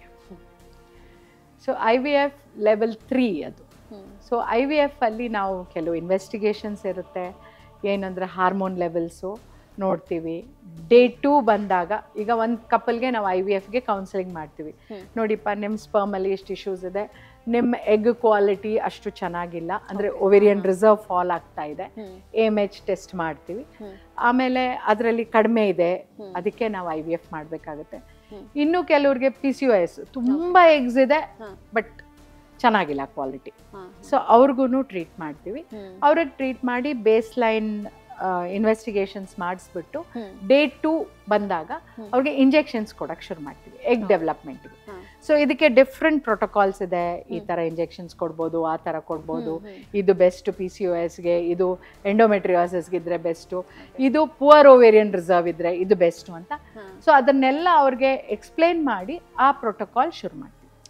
ಈಗ ಗಂಡಸರಿಗೆ ಸ್ಪರ್ಮ್ಸ್ ಇಲ್ಲ ಅಂತ ಇಟ್ಕೊಳ್ಳಿ, ಹೆಂಡತಿ ಚೆನ್ನಾಗಿದ್ದಾಳೆ ಬಟ್ ಹಸ್ಬೆಂಡ್ಗೆ ಸ್ಪರ್ಮ್ಸ್ ಇಲ್ಲ. IUI ಲೆವೆಲಲ್ಲೇ ಅವ್ರಿಗೆ ಒಪ್ಪಿದ್ರೆ ಕನ್ಸೆಂಟ್ ಬೇಕು, ಗಂಡ ಹೆಂಡತಿ ಇಬ್ರು ಒಪ್ಪಿಗೆ, ಲೀಗಲ್ ಇಶ್ಯೂಸ್ ಇದೆಲ್ಲ, ಮೆಡಿಕೋ ಲೀಗಲ್ ಇಶ್ಯೂಸ್. ಸೊ ಅವರು ಹಸ್ಬೆಂಡ್ ಒಪ್ಪಿದ್ರೆ ದೆನ್ ಡೋನರ್ ಸ್ಪರ್ಮ್ಸ್ ಅಲ್ಲಿ IUI ಮಾಡ್ತೀವಿ. ಈಗ ಹಸ್ಬೆಂಡ್ ಒಪ್ಪಿಲ್ಲ, ನಮ್ಮ ವೀರ್ಯಾಣುನೇ ನೋಡಿ ಅಂತಾರೆ, ಅವಾಗ ಟೀಸಾ ಅಂತ ಮಾಡ್ತೀವಿ. ಟೀಸಾ ಅಂದ್ರೆ ಗಂಡಸಿನ ಬೀಜದಿಂದ ಸ್ಪರ್ಮ್ಸ್ ತೆಗೆಯೋದು. ಅದು ಸಿಕ್ಕಿದ್ರೆ ನಮ್ಗೆ ಸ್ಪರ್ಮ್ಸ್ ನಾವು ಇದ್ ಮಾಡಿ ನಾವು ತೆಗ್ದಾಗ ಸಿಕ್ಕಿದ್ರೆ ಅವಾಗ ನಾವೇನ್ ಮಾಡ್ತೀವಿ, ಅದನ್ನ ಈ ಎಗ್ ಜೊತೆ ಸೇರಿಸಿ ನಾವು ಭ್ರೂಣ ಮಾಡಿ ಎಂಬ್ರಿಯೋನ ಒಳಗಿಡ್ತೀವಿ. ಸಪೋಸ್ ಸಿಗ್ಲಿಲ್ಲ ಅವಾಗ ಮತ್ತೆ ಒನ್ಸ್ ಅಗೇನ್ ಡೋನರ್. ಇಲ್ಲ ಎಲ್ಲ ಚೆನ್ನಾಗಿದೆ ದೆನ್ ನಾರ್ಮಲ್ ಅದೇ IVF ART ಮಾಡ್ತೀವಿ. ICSI ಅಂತ ಮಾಡ್ತೀವಿ. ಸ್ಪರ್ಮ್ಸ್ ಕಡಿಮೆ ಇದೆ, ICSI ಅಂತ ಮಾಡ್ತೀವಿ. ICSI ಅಂದ್ರೆ ಸ್ಪರ್ಮ್ಸ್ ನ ಮೈಕ್ರೋಸ್ಕೋಪ್ ಅಲ್ಲಿ ಸೆಲೆಕ್ಷನ್ ಮಾಡಿ, ಅಂದ್ರೆ ಕಡಿಮೆ ಇದೆ ಇವ್ರಿಗೆ, ಎಲ್ಲಾರ ತರ ಮಿಲಿಯನ್ಸ್ ಅಲ್ಲಿ ಇಲ್ಲ, ಇವ್ರು ಬರೀ ಲ್ಯಾಕ್ಸ್ ಅಲ್ಲಿ ಥೌಸಂಡ್ಸ್ ಅಲ್ಲಿ ಇದೆ. ಸೊ ಆವಾಗ ಅದನ್ನ ಬೆಸ್ಟ್ ಕ್ವಾಲಿಟಿ ಸ್ಪರ್ಮ್ಸ್ ತೆಗೆದು ಎಗ್ಗೆ ಇಂಜೆಕ್ಟ್ ಮಾಡ್ತೀವಿ. This is called as ICSI, intracytoplasmic sperm injection. So ICSI ಮಾಡಿ ಅದು ಎಂಬ್ರಿಯೋ ಚೆನ್ನಾಗಾದ್ಮೇಲೆ ಗರ್ಭದಲ್ಲಿ ಇಡ್ತೀವಿ. ಸೊ ಇದು in a nutshell about IVF treatment. Next alternative therapies. Alternative therapies ಏನು, ಇವ್ರಿಗೆ IVF ಮಾಡಿದೀವಿ, ಇವರಿಗೆ ಸಕ್ಸಸ್ ಫಸ್ಟ್ ಟೈಮ್ ಆಗಿಲ್ಲ, ತುಂಬಾ ಡಿಪ್ರೆಷನ್ ಆಗಿದೆ, ತುಂಬಾ ಬೇಜಾರಾಗಿದೆ, ಅಯ್ಯೋ ಬೇಡವೇ ಬೇಡಪ್ಪ, ಇದೇನು ಮಕ್ಕಳದ್ದು ಬೇಡ, ಏನು ಬೇಡ ಅಂತ ಅವ್ರಿಗೆ ನೀವು ಬೇಜಾರು ಮಾಡ್ಕೋಬೇಡಿ ಅಥವಾ ನಿರಾಶೆಗೊಳ್ಬೇಡಿ. ಒಳ್ಳೆ ಪಾಸಿಬಿಲಿಟೀಸ್ ಇದೆ. ಸೊ ಅವಾಗ ಆಲ್ಟರ್ನೇಟಿವ್ ಥೆರಪೀಸಲ್ಲಿ mind and nutritional intervention, mind body ಅಂತ. ಆಮೇಲೆ ಕೆಲವರು ಅಕ್ಯುಪಂಕ್ಚರು ಮಾಡಿಸ್ತಾರೆ, ಯೋಗ ಥೆರಪಿ ಹೋಗ್ತಾರೆ, ಆಮೇಲೆ ಮಸಾಜ್ ಥೆರಪೀಸು, ಆಯುಷ್ ಮೆಡಿಸಿನ್ಸ್ ಕೊಡ್ತಾರೆ. ಬೇಸಿಕಲಿ ಏನು, ಈ ಸ್ಟ್ರೆಸ್ಸಿಂದ ದೂರ, ನನಗೆ ಇದರಲ್ಲಿ ಏನೋ ಆಗ್ಬೋದು, ನಂಬಿ ನನ್ನನ್ನು ಎಷ್ಟೊಂದು ಸರಿ IVF ಫೇಲಿಯರ್ ಆಗಿ, ಅಂದರೆ ಅಂಥ ವಿಶೇಷ ಪ್ರಾಬ್ಲಮ್ ಇಲ್ಲದೆ ಇರೋರು, ಆಗ್ತಾ ಇರಲ್ಲ, ಇದೆಲ್ಲ ಮಾಡಿ ಆಮೇಲೆ ಅವ್ರ ಪಾಡಿಗೆ ಅವರು ಯಾವುದು ಬೇಡ ಅಂತಿದ್ದಾಗ ನಾರ್ಮಲ್ ಕನ್ಸೆಪ್ಷನ್ ಕೂಡ ನಾನು ನೋಡಿದ್ದೀನಿ. ಸೊ ಅದು ಕೆಲವು ಸರಿ ಆಗೋ ಚಾನ್ಸ್, ಅಂದ್ರೆ ಅವಾಗ ಹೇಳ್ತೀನಿ ದೇವ್ರು ನಿಮ್ಗೆ ಕರೆಕ್ಟ್ ಟೈಮ್ ಕೊಟ್ಟಿದ್ದಾರೆ ಅಂದ್ಬಿಟ್ಟು. ಕೆಲವೊಂದ್ಸರಿ ನಾವು ಮೆಂಟಲಿ ಪೀಸ್ಫುಲ್ ಆಗಿರೋದು ತುಂಬಾ. ಅದು ಆ ಸ್ಟ್ರೆಸ್ ಫ್ರೀ ಇದ್ದಾಗ ಇದು ಆಗುತ್ತೆ. ನೆಕ್ಸ್ಟ್ ಬಿಯಾಂಡ್ ಫರ್ಟಿಲಿಟಿ, ಇದು ಏನ್ ಮಾಡೋದು, ಈಗ ಅವ್ರಿಗೆ ವೈಫ್ಗೆ ಇದು ಎಗ್ಸ್ ಚೆನ್ನಾಗಿಲ್ಲ, ಹಸ್ಬೆಂಡು ಸ್ಪರ್ಮ್ಸ್ ಚೆನ್ನಾಗಿಲ್ಲ, ನಾವು ಡೋನರ್ ಗ್ಯಾಮೆಟ್ಸ್ಗೆ ಹೋಗ್ತೀವಿ, ಡೋನರ್ ಯೂಸ್ ಮಾಡಿ ಅಂತ ಹೇಳ್ತೀವಿ. ಅವಾಗ ಅದಕ್ಕೂ ಆಗಿಲ್ಲ, ಗರ್ಭಕೋಶ ಚೆನ್ನಾಗಿಲ್ಲ, ಆವಾಗ ನಾವೇನ್ ಹೇಳ್ತೀವಿ, ಸರೋಗಸಿ. ಅದಕ್ಕೆ ತುಂಬಾ ರೂಲ್ಸ್ ಇದೆ, ಅದರದ್ದೇ ಅದು ಒಂದು ಎಕ್ಸ್ಪ್ಲೇಷನ್ ಕೊಡ್ತೀವಿ, ಲಾಸ್ ರೂಲ್ಸ್ ಎಲ್ಲ. ಸೊ ಅದನ್ನ ಹೇಳ್ತೀವಿ. ಅದು ಆಗಿಲ್ಲ, ಸರೋಗಸಿನೂ ಆಗಿಲ್ಲ, ಅವ್ರದ್ದು ಕೋರ್ಟಲ್ಲಿ ಆಕ್ಸೆಪ್ಟ್ ಆಗಿಲ್ಲ, ಇದು ಪ್ರಾಬ್ಲಮ್ಸು, ಹಿಯರಿಂಗ್ ಆಗಬೇಕು, ಹೀಗೆಲ್ಲ ಬಂದಾಗ ಅಡಾಪ್ಷನ್ ಹೇಳ್ತೀವಿ. ಅಡಾಪ್ಷನ್ ಆಲ್ಸೋ, ಸರೋಗಸಿ ಅಡಾಪ್ಷನ್ ಅಲ್ಲಿ ನಾನು ಏನ್ ಹೇಳಕ್ ಬಯಸ್ತೀನಿ ಅಂದ್ರೆ, ಮುಂಚೆ ಇಷ್ಟು ರೂಲ್ಸ್ ಇರಲಿಲ್ಲ, ಆದಷ್ಟು ಗೌರ್ಮೆಂಟ್ ಇದು ರೂಲ್ಸ್ ಕಡಿಮೆ ಮಾಡಬೇಕು. ಯಾಕೆ ಅಂದ್ರೆ ಸರೋಗೇಟ್ನ ನಾವು ತಗೊಂಡಾಗ ಅವ್ರಿಗೊಂದು ಲೈಫ್ ಆಗುತ್ತೆ, ಪೇರೆಂಟ್ಸ್ಗೆ ಒಂದು ಮಗು ಬರುತ್ತೆ. ಸೊ ಆ ಸರೋಗಸಿ ರೂಲ್ಸ್ನ ಅಷ್ಟು ಸ್ಟ್ರಿಂಜೆಂಟ್ ಮಾಡದೆ ರಿಲ್ಯಾಕ್ಸ್ ಮಾಡಿ ಅದಕ್ಕೆ ಬೇಕಾದೊಂದು ವ್ಯವಸ್ಥೆನ ಮಾಡಿಕೊಡ್ಬೇಕು ಕಪಲ್ಗೆ ಅಂತ ನಂದು ಯಾವಾಗಲೂ ನಾನು ಹೇಳೋದು. ಇನ್ನೊಂದು ಮಗು ಅಡಾಪ್ಷನ್, ಅದು ಪಾಪ ಅನಾಥವಾಗಿರುತ್ತೆ, ಇವ್ರಿಗೊಂದು ಮಗು ಬೇಕು, ಅದಕ್ಕೊಂದು ಜೀವನ ಆಗುತ್ತೆ, ಇವ್ರಿಗೂ ಒಂದು ಆಸರೆ ಆಗುತ್ತೆ. ಸೊ ಅದಕ್ಕೋಸ್ಕರ ಇದು ಈ ಒಂದು ಸಿಂಬಯೋಸಿಸ್ ಅಂತ ಹೇಳ್ತೀವಲ್ಲ, ಎಷ್ಟೋ ಸರಿ ಲೈಫಲ್ಲಿ ಅವರಿಂದ ನಾವು ಬದುಕ್ತೀವಿ, ಇವರಿಂದ ನಾವು ಬದುಕ್ತೀವಿ, ಲೈಫ್ ಚೇಂಜ್ ಆಯ್ತು. ಸೊ ಅದಕ್ಕೆ ಇದೆಲ್ಲ ಒಂದು ಸಪೋರ್ಟು. ಸೊ ಅದನ್ನ ಗೌರ್ಮೆಂಟ್ ಅಷ್ಟು ಸ್ಟ್ರಿಂಜೆಂಟ್ ಮಾಡಿದೆ, ಲಾಸ್ನ ರಿಲ್ಯಾಕ್ಸ್ ಮಾಡಿ, ಆ್ಯಂಡ್ ತುಂಬ ಅಡಾಪ್ಷನ್ಗೆ ಏನೇನೋ ರೂಲ್ಸ್ ತಂದ್ಬಿಟ್ಟು ಅವ್ರಿಗೆ ಹಂಗೆ ಮಾಡ್ದೇನೆ ಮಾಡಿದ್ರೆ ತುಂಬ ಎಷ್ಟೋ ಕಪಲ್ಸ್ಗೆ ಇನ್ನೂ ಹೆಲ್ಪ್ ಆಗುತ್ತೆ. ಅದು ಯಾಕೆಂದ್ರೆ ಎಷ್ಟೋ ಜನಕ್ಕೆ ಆ ವೆಬ್ಸೈಟಲ್ಲಿ ಹೋಗಿ ಹೆಂಗೆ ಹೋಗೋದು ಅನ್ನೋದು ಗೊತ್ತಾಗಲ್ಲ. ಪಾಪ ನಾವು ನಮ್ಮ ಕಪಲ್ಸ್ ಬಂದಾಗ ಅಲ್ಟಿಮೇಟ್ಲಿ ಇದು ಹೇಳಿದಾಗ ನಮ್ಮ ಆಫೀಸಲ್ಲಿ ಕೂತಿರೋ ಹುಡುಗರು ಅವ್ರಿಗೆ ಹೆಲ್ಪ್ ಮಾಡ್ತಾರೆ. ಯಾಕೆಂದ್ರೆ ವೆಬ್ಸೈಟ್ ಎಲ್ಲಿದೆ, ಅದ್ರಲ್ಲಿ ಹೆಂಗೆ ಕ್ಲಿಕ್ ಮಾಡೋದು ತುಂಬಾ ಕಷ್ಟದ್ದು, ಎಲ್ಲರೂ ಟೆಕ್ ಸಾವಿ ಆಗಿರೋದು. ಸೊ ಇದು ರೂಲ್ಸ್ನ ರಿಲ್ಯಾಕ್ಸ್ ಮಾಡಿದ್ರೆ ಒಳ್ಳೇದು. ಸೊ ಒಂದು ಪೇರೆಂಟ್ಹುಡ್ಡಿಂದ ನಾವು ಡೆಸಿಷನ್ನಿಂದ ಪಾತ್ ಟು ಪೇರೆಂಟ್ಹುಡ್, ಆಮೇಲೆ ಕಂಪ್ಲೀಟ್ ಅಡಾಪ್ಷನ್ ತನಕ ಒಂದು ನಟ್ಶೆಲ್ಲಲ್ಲಿ ಈ ಚಿತ್ರ ತುಂಬ ಚೆನ್ನಾಗಿ ಮಾಡಿದ್ದಾರೆ ಇದನ್ನು. ಸೊ ಈ ಚಿತ್ರದ ಮೂಲಕ ಹೇಳ್ತಾ ಇದ್ದೀವಿ. ಡಾಕ್ಟರ್, ಮತ್ತೆ ಕೊನೆಯದಾಗಿ ಪಾತ್ ಟು ಪೇರೆಂಟ್ಹುಡ್ ಬಗ್ಗೆ ಏನು ಹೇಳಕ್ಕೆ ಇಷ್ಟಪಡ್ತೀರಾ? ಇಷ್ಟೊತ್ತು ನಾವು ಇದ್ರ ಬಗ್ಗೆ ಎಲ್ಲ ಮಾತಾಡಿದ್ವಿ. ಮಗು ಹೇಗಾಗಬೇಕು, ಪ್ಲ್ಯಾನ್ ಮಾಡೋದು ಹೆಂಗೆ, ಎಷ್ಟು ವರ್ಷಕ್ಕೆ ಏನು ಮಾಡಬೇಕು ಅಂತೆಲ್ಲ ನಾವು ತುಂಬ ವಿವರವಾಗಿ ಮಾತಾಡಿದ್ವಿ. ಜೊತೆಗೆ ಆ ಪಾತ್ ಟು ಪೇರೆಂಟ್ಹುಡ್ಡಲ್ಲಿ ಹೇಗೆ ನಾವು ಅದನ್ನು ಯಾವ್ಯಾವ ಟೈಮಲ್ಲಿ ಏನು ಮಾಡಬೇಕು ಅಂತ ಕೂಡ ಹೇಳಿದ್ವಿ. ಈ ಒಂದು ಇವೆಂಟ್ ಇರೋದು ಅಕ್ಟೋಬರಲ್ಲಿ, ಅಕ್ಟೋಬರ್ 19-20. ನಾನು ಹೇಳೋದೇನೆಂದರೆ ಇದನ್ನು ನೋಡಿದ್ದೆಲ್ಲ ವೀಕ್ಷಕರು, ಆಮೇಲೆ ನಿಮಗೆ ಗೊತ್ತಿರೋ ಎಲ್ಲರೂ, ನಿಮ್ಮ ರಿಲೇಟಿವ್ಸು, ನಿಮ್ಮ ಫ್ರೆಂಡ್ಸ್ ಅವ್ರಿಗೆ ಎಲ್ಲ ಇದನ್ನು ವಿವರವಾಗಿ ಹೇಳಿ ಈ ವಿಡಿಯೋ ನೋಡಿ. ಜೊತೆಗೆ ನೀವು ಇದರಿಂದ ಬೆನಿಫಿಟ್ ಪಡ್ಕೊಳ್ಳೋಕ್ಕೆ ಖಂಡಿತ ಈ ಇವೆಂಟ್ಗೆ ಅಕ್ಟೋಬರಲ್ಲಿ ಬನ್ನಿ. ನಿಮ್ಮನ್ನೆಲ್ಲ ನಾವು ದಾರಿ ನೋಡ್ತಾ ಇರ್ತೀವಿ. ಯಾಕೆಂದರೆ ನೀವು ಇದನ್ನು ಅಟೆಂಡ್ ಮಾಡಿದ್ರೆ ನಿಮ್ಮ ದುಡ್ಡು, ನಿಮ್ಮ ಸಮಯ ಎಲ್ಲದನ್ನು ನೀವು ಉಳಿಸ್ಬೋದು. ಏನು ನಿಮಗೆ ಎಕ್ಸಾಕ್ಟ್ಲಿ ಪ್ರಾಬ್ಲಮ್ ಇದೆ, ನೀವು ಮುಂದೆ ಏನು ಮಾಡಬೇಕು, ಅದೆಲ್ಲದೂ ನಿಮ್ಗೆ ಇದರಲ್ಲಿ ಗೊತ್ತಾಗುತ್ತೆ. ಸೊ ದಯವಿಟ್ಟು ಬಂದು ಈ ಇವೆಂಟಲ್ಲಿ ಭಾಗವಹಿಸಿ. ನಿಜ, ಡಾಕ್ಟ್ರೇ ಹೇಳ್ದಾಗೆ ನೀವು ಇವೆಂಟಿಗೆ ಬನ್ನಿ. ಯಾವ ಡಾಕ್ಟರ್ ಜೊತೆ ಬೇಕಾದರೂ 1-to-1 ಮಾತಾಡ್ಬೋದು. ನಿಮ್ಗೆ ಏನೇ ಡೌಟ್ಸ್ ಇದ್ರೂ ಎಲ್ಲ ಕ್ಲಾರಿಫಿಕೇಶನ್ನು ಸಿಗುತ್ತೆ ಇವೆಂಟಲ್ಲಿ. ಡಾಕ್ಟರ್ ಇಷ್ಟು ದೂರ ಬಂದು ಇಷ್ಟು ಡೀಟೇಲ್ ಆಗಿ ಎಲ್ಲವನ್ನೂ ಎಕ್ಸ್ಪ್ಲೇನ್ ಮಾಡಿದಿರಾ. ಒಂಥರ ಗೈಡ್ ಥರನೇ ಇದೆ ಎಲ್ಲವೂ. ತುಂಬ ಧನ್ಯವಾದಗಳು ಕಾರ್ಯಕ್ರಮಕ್ಕೆ ಬಂದಿದ್ದಕ್ಕೆ. ನಮಸ್ಕಾರ. ನಮಸ್ಕಾರ.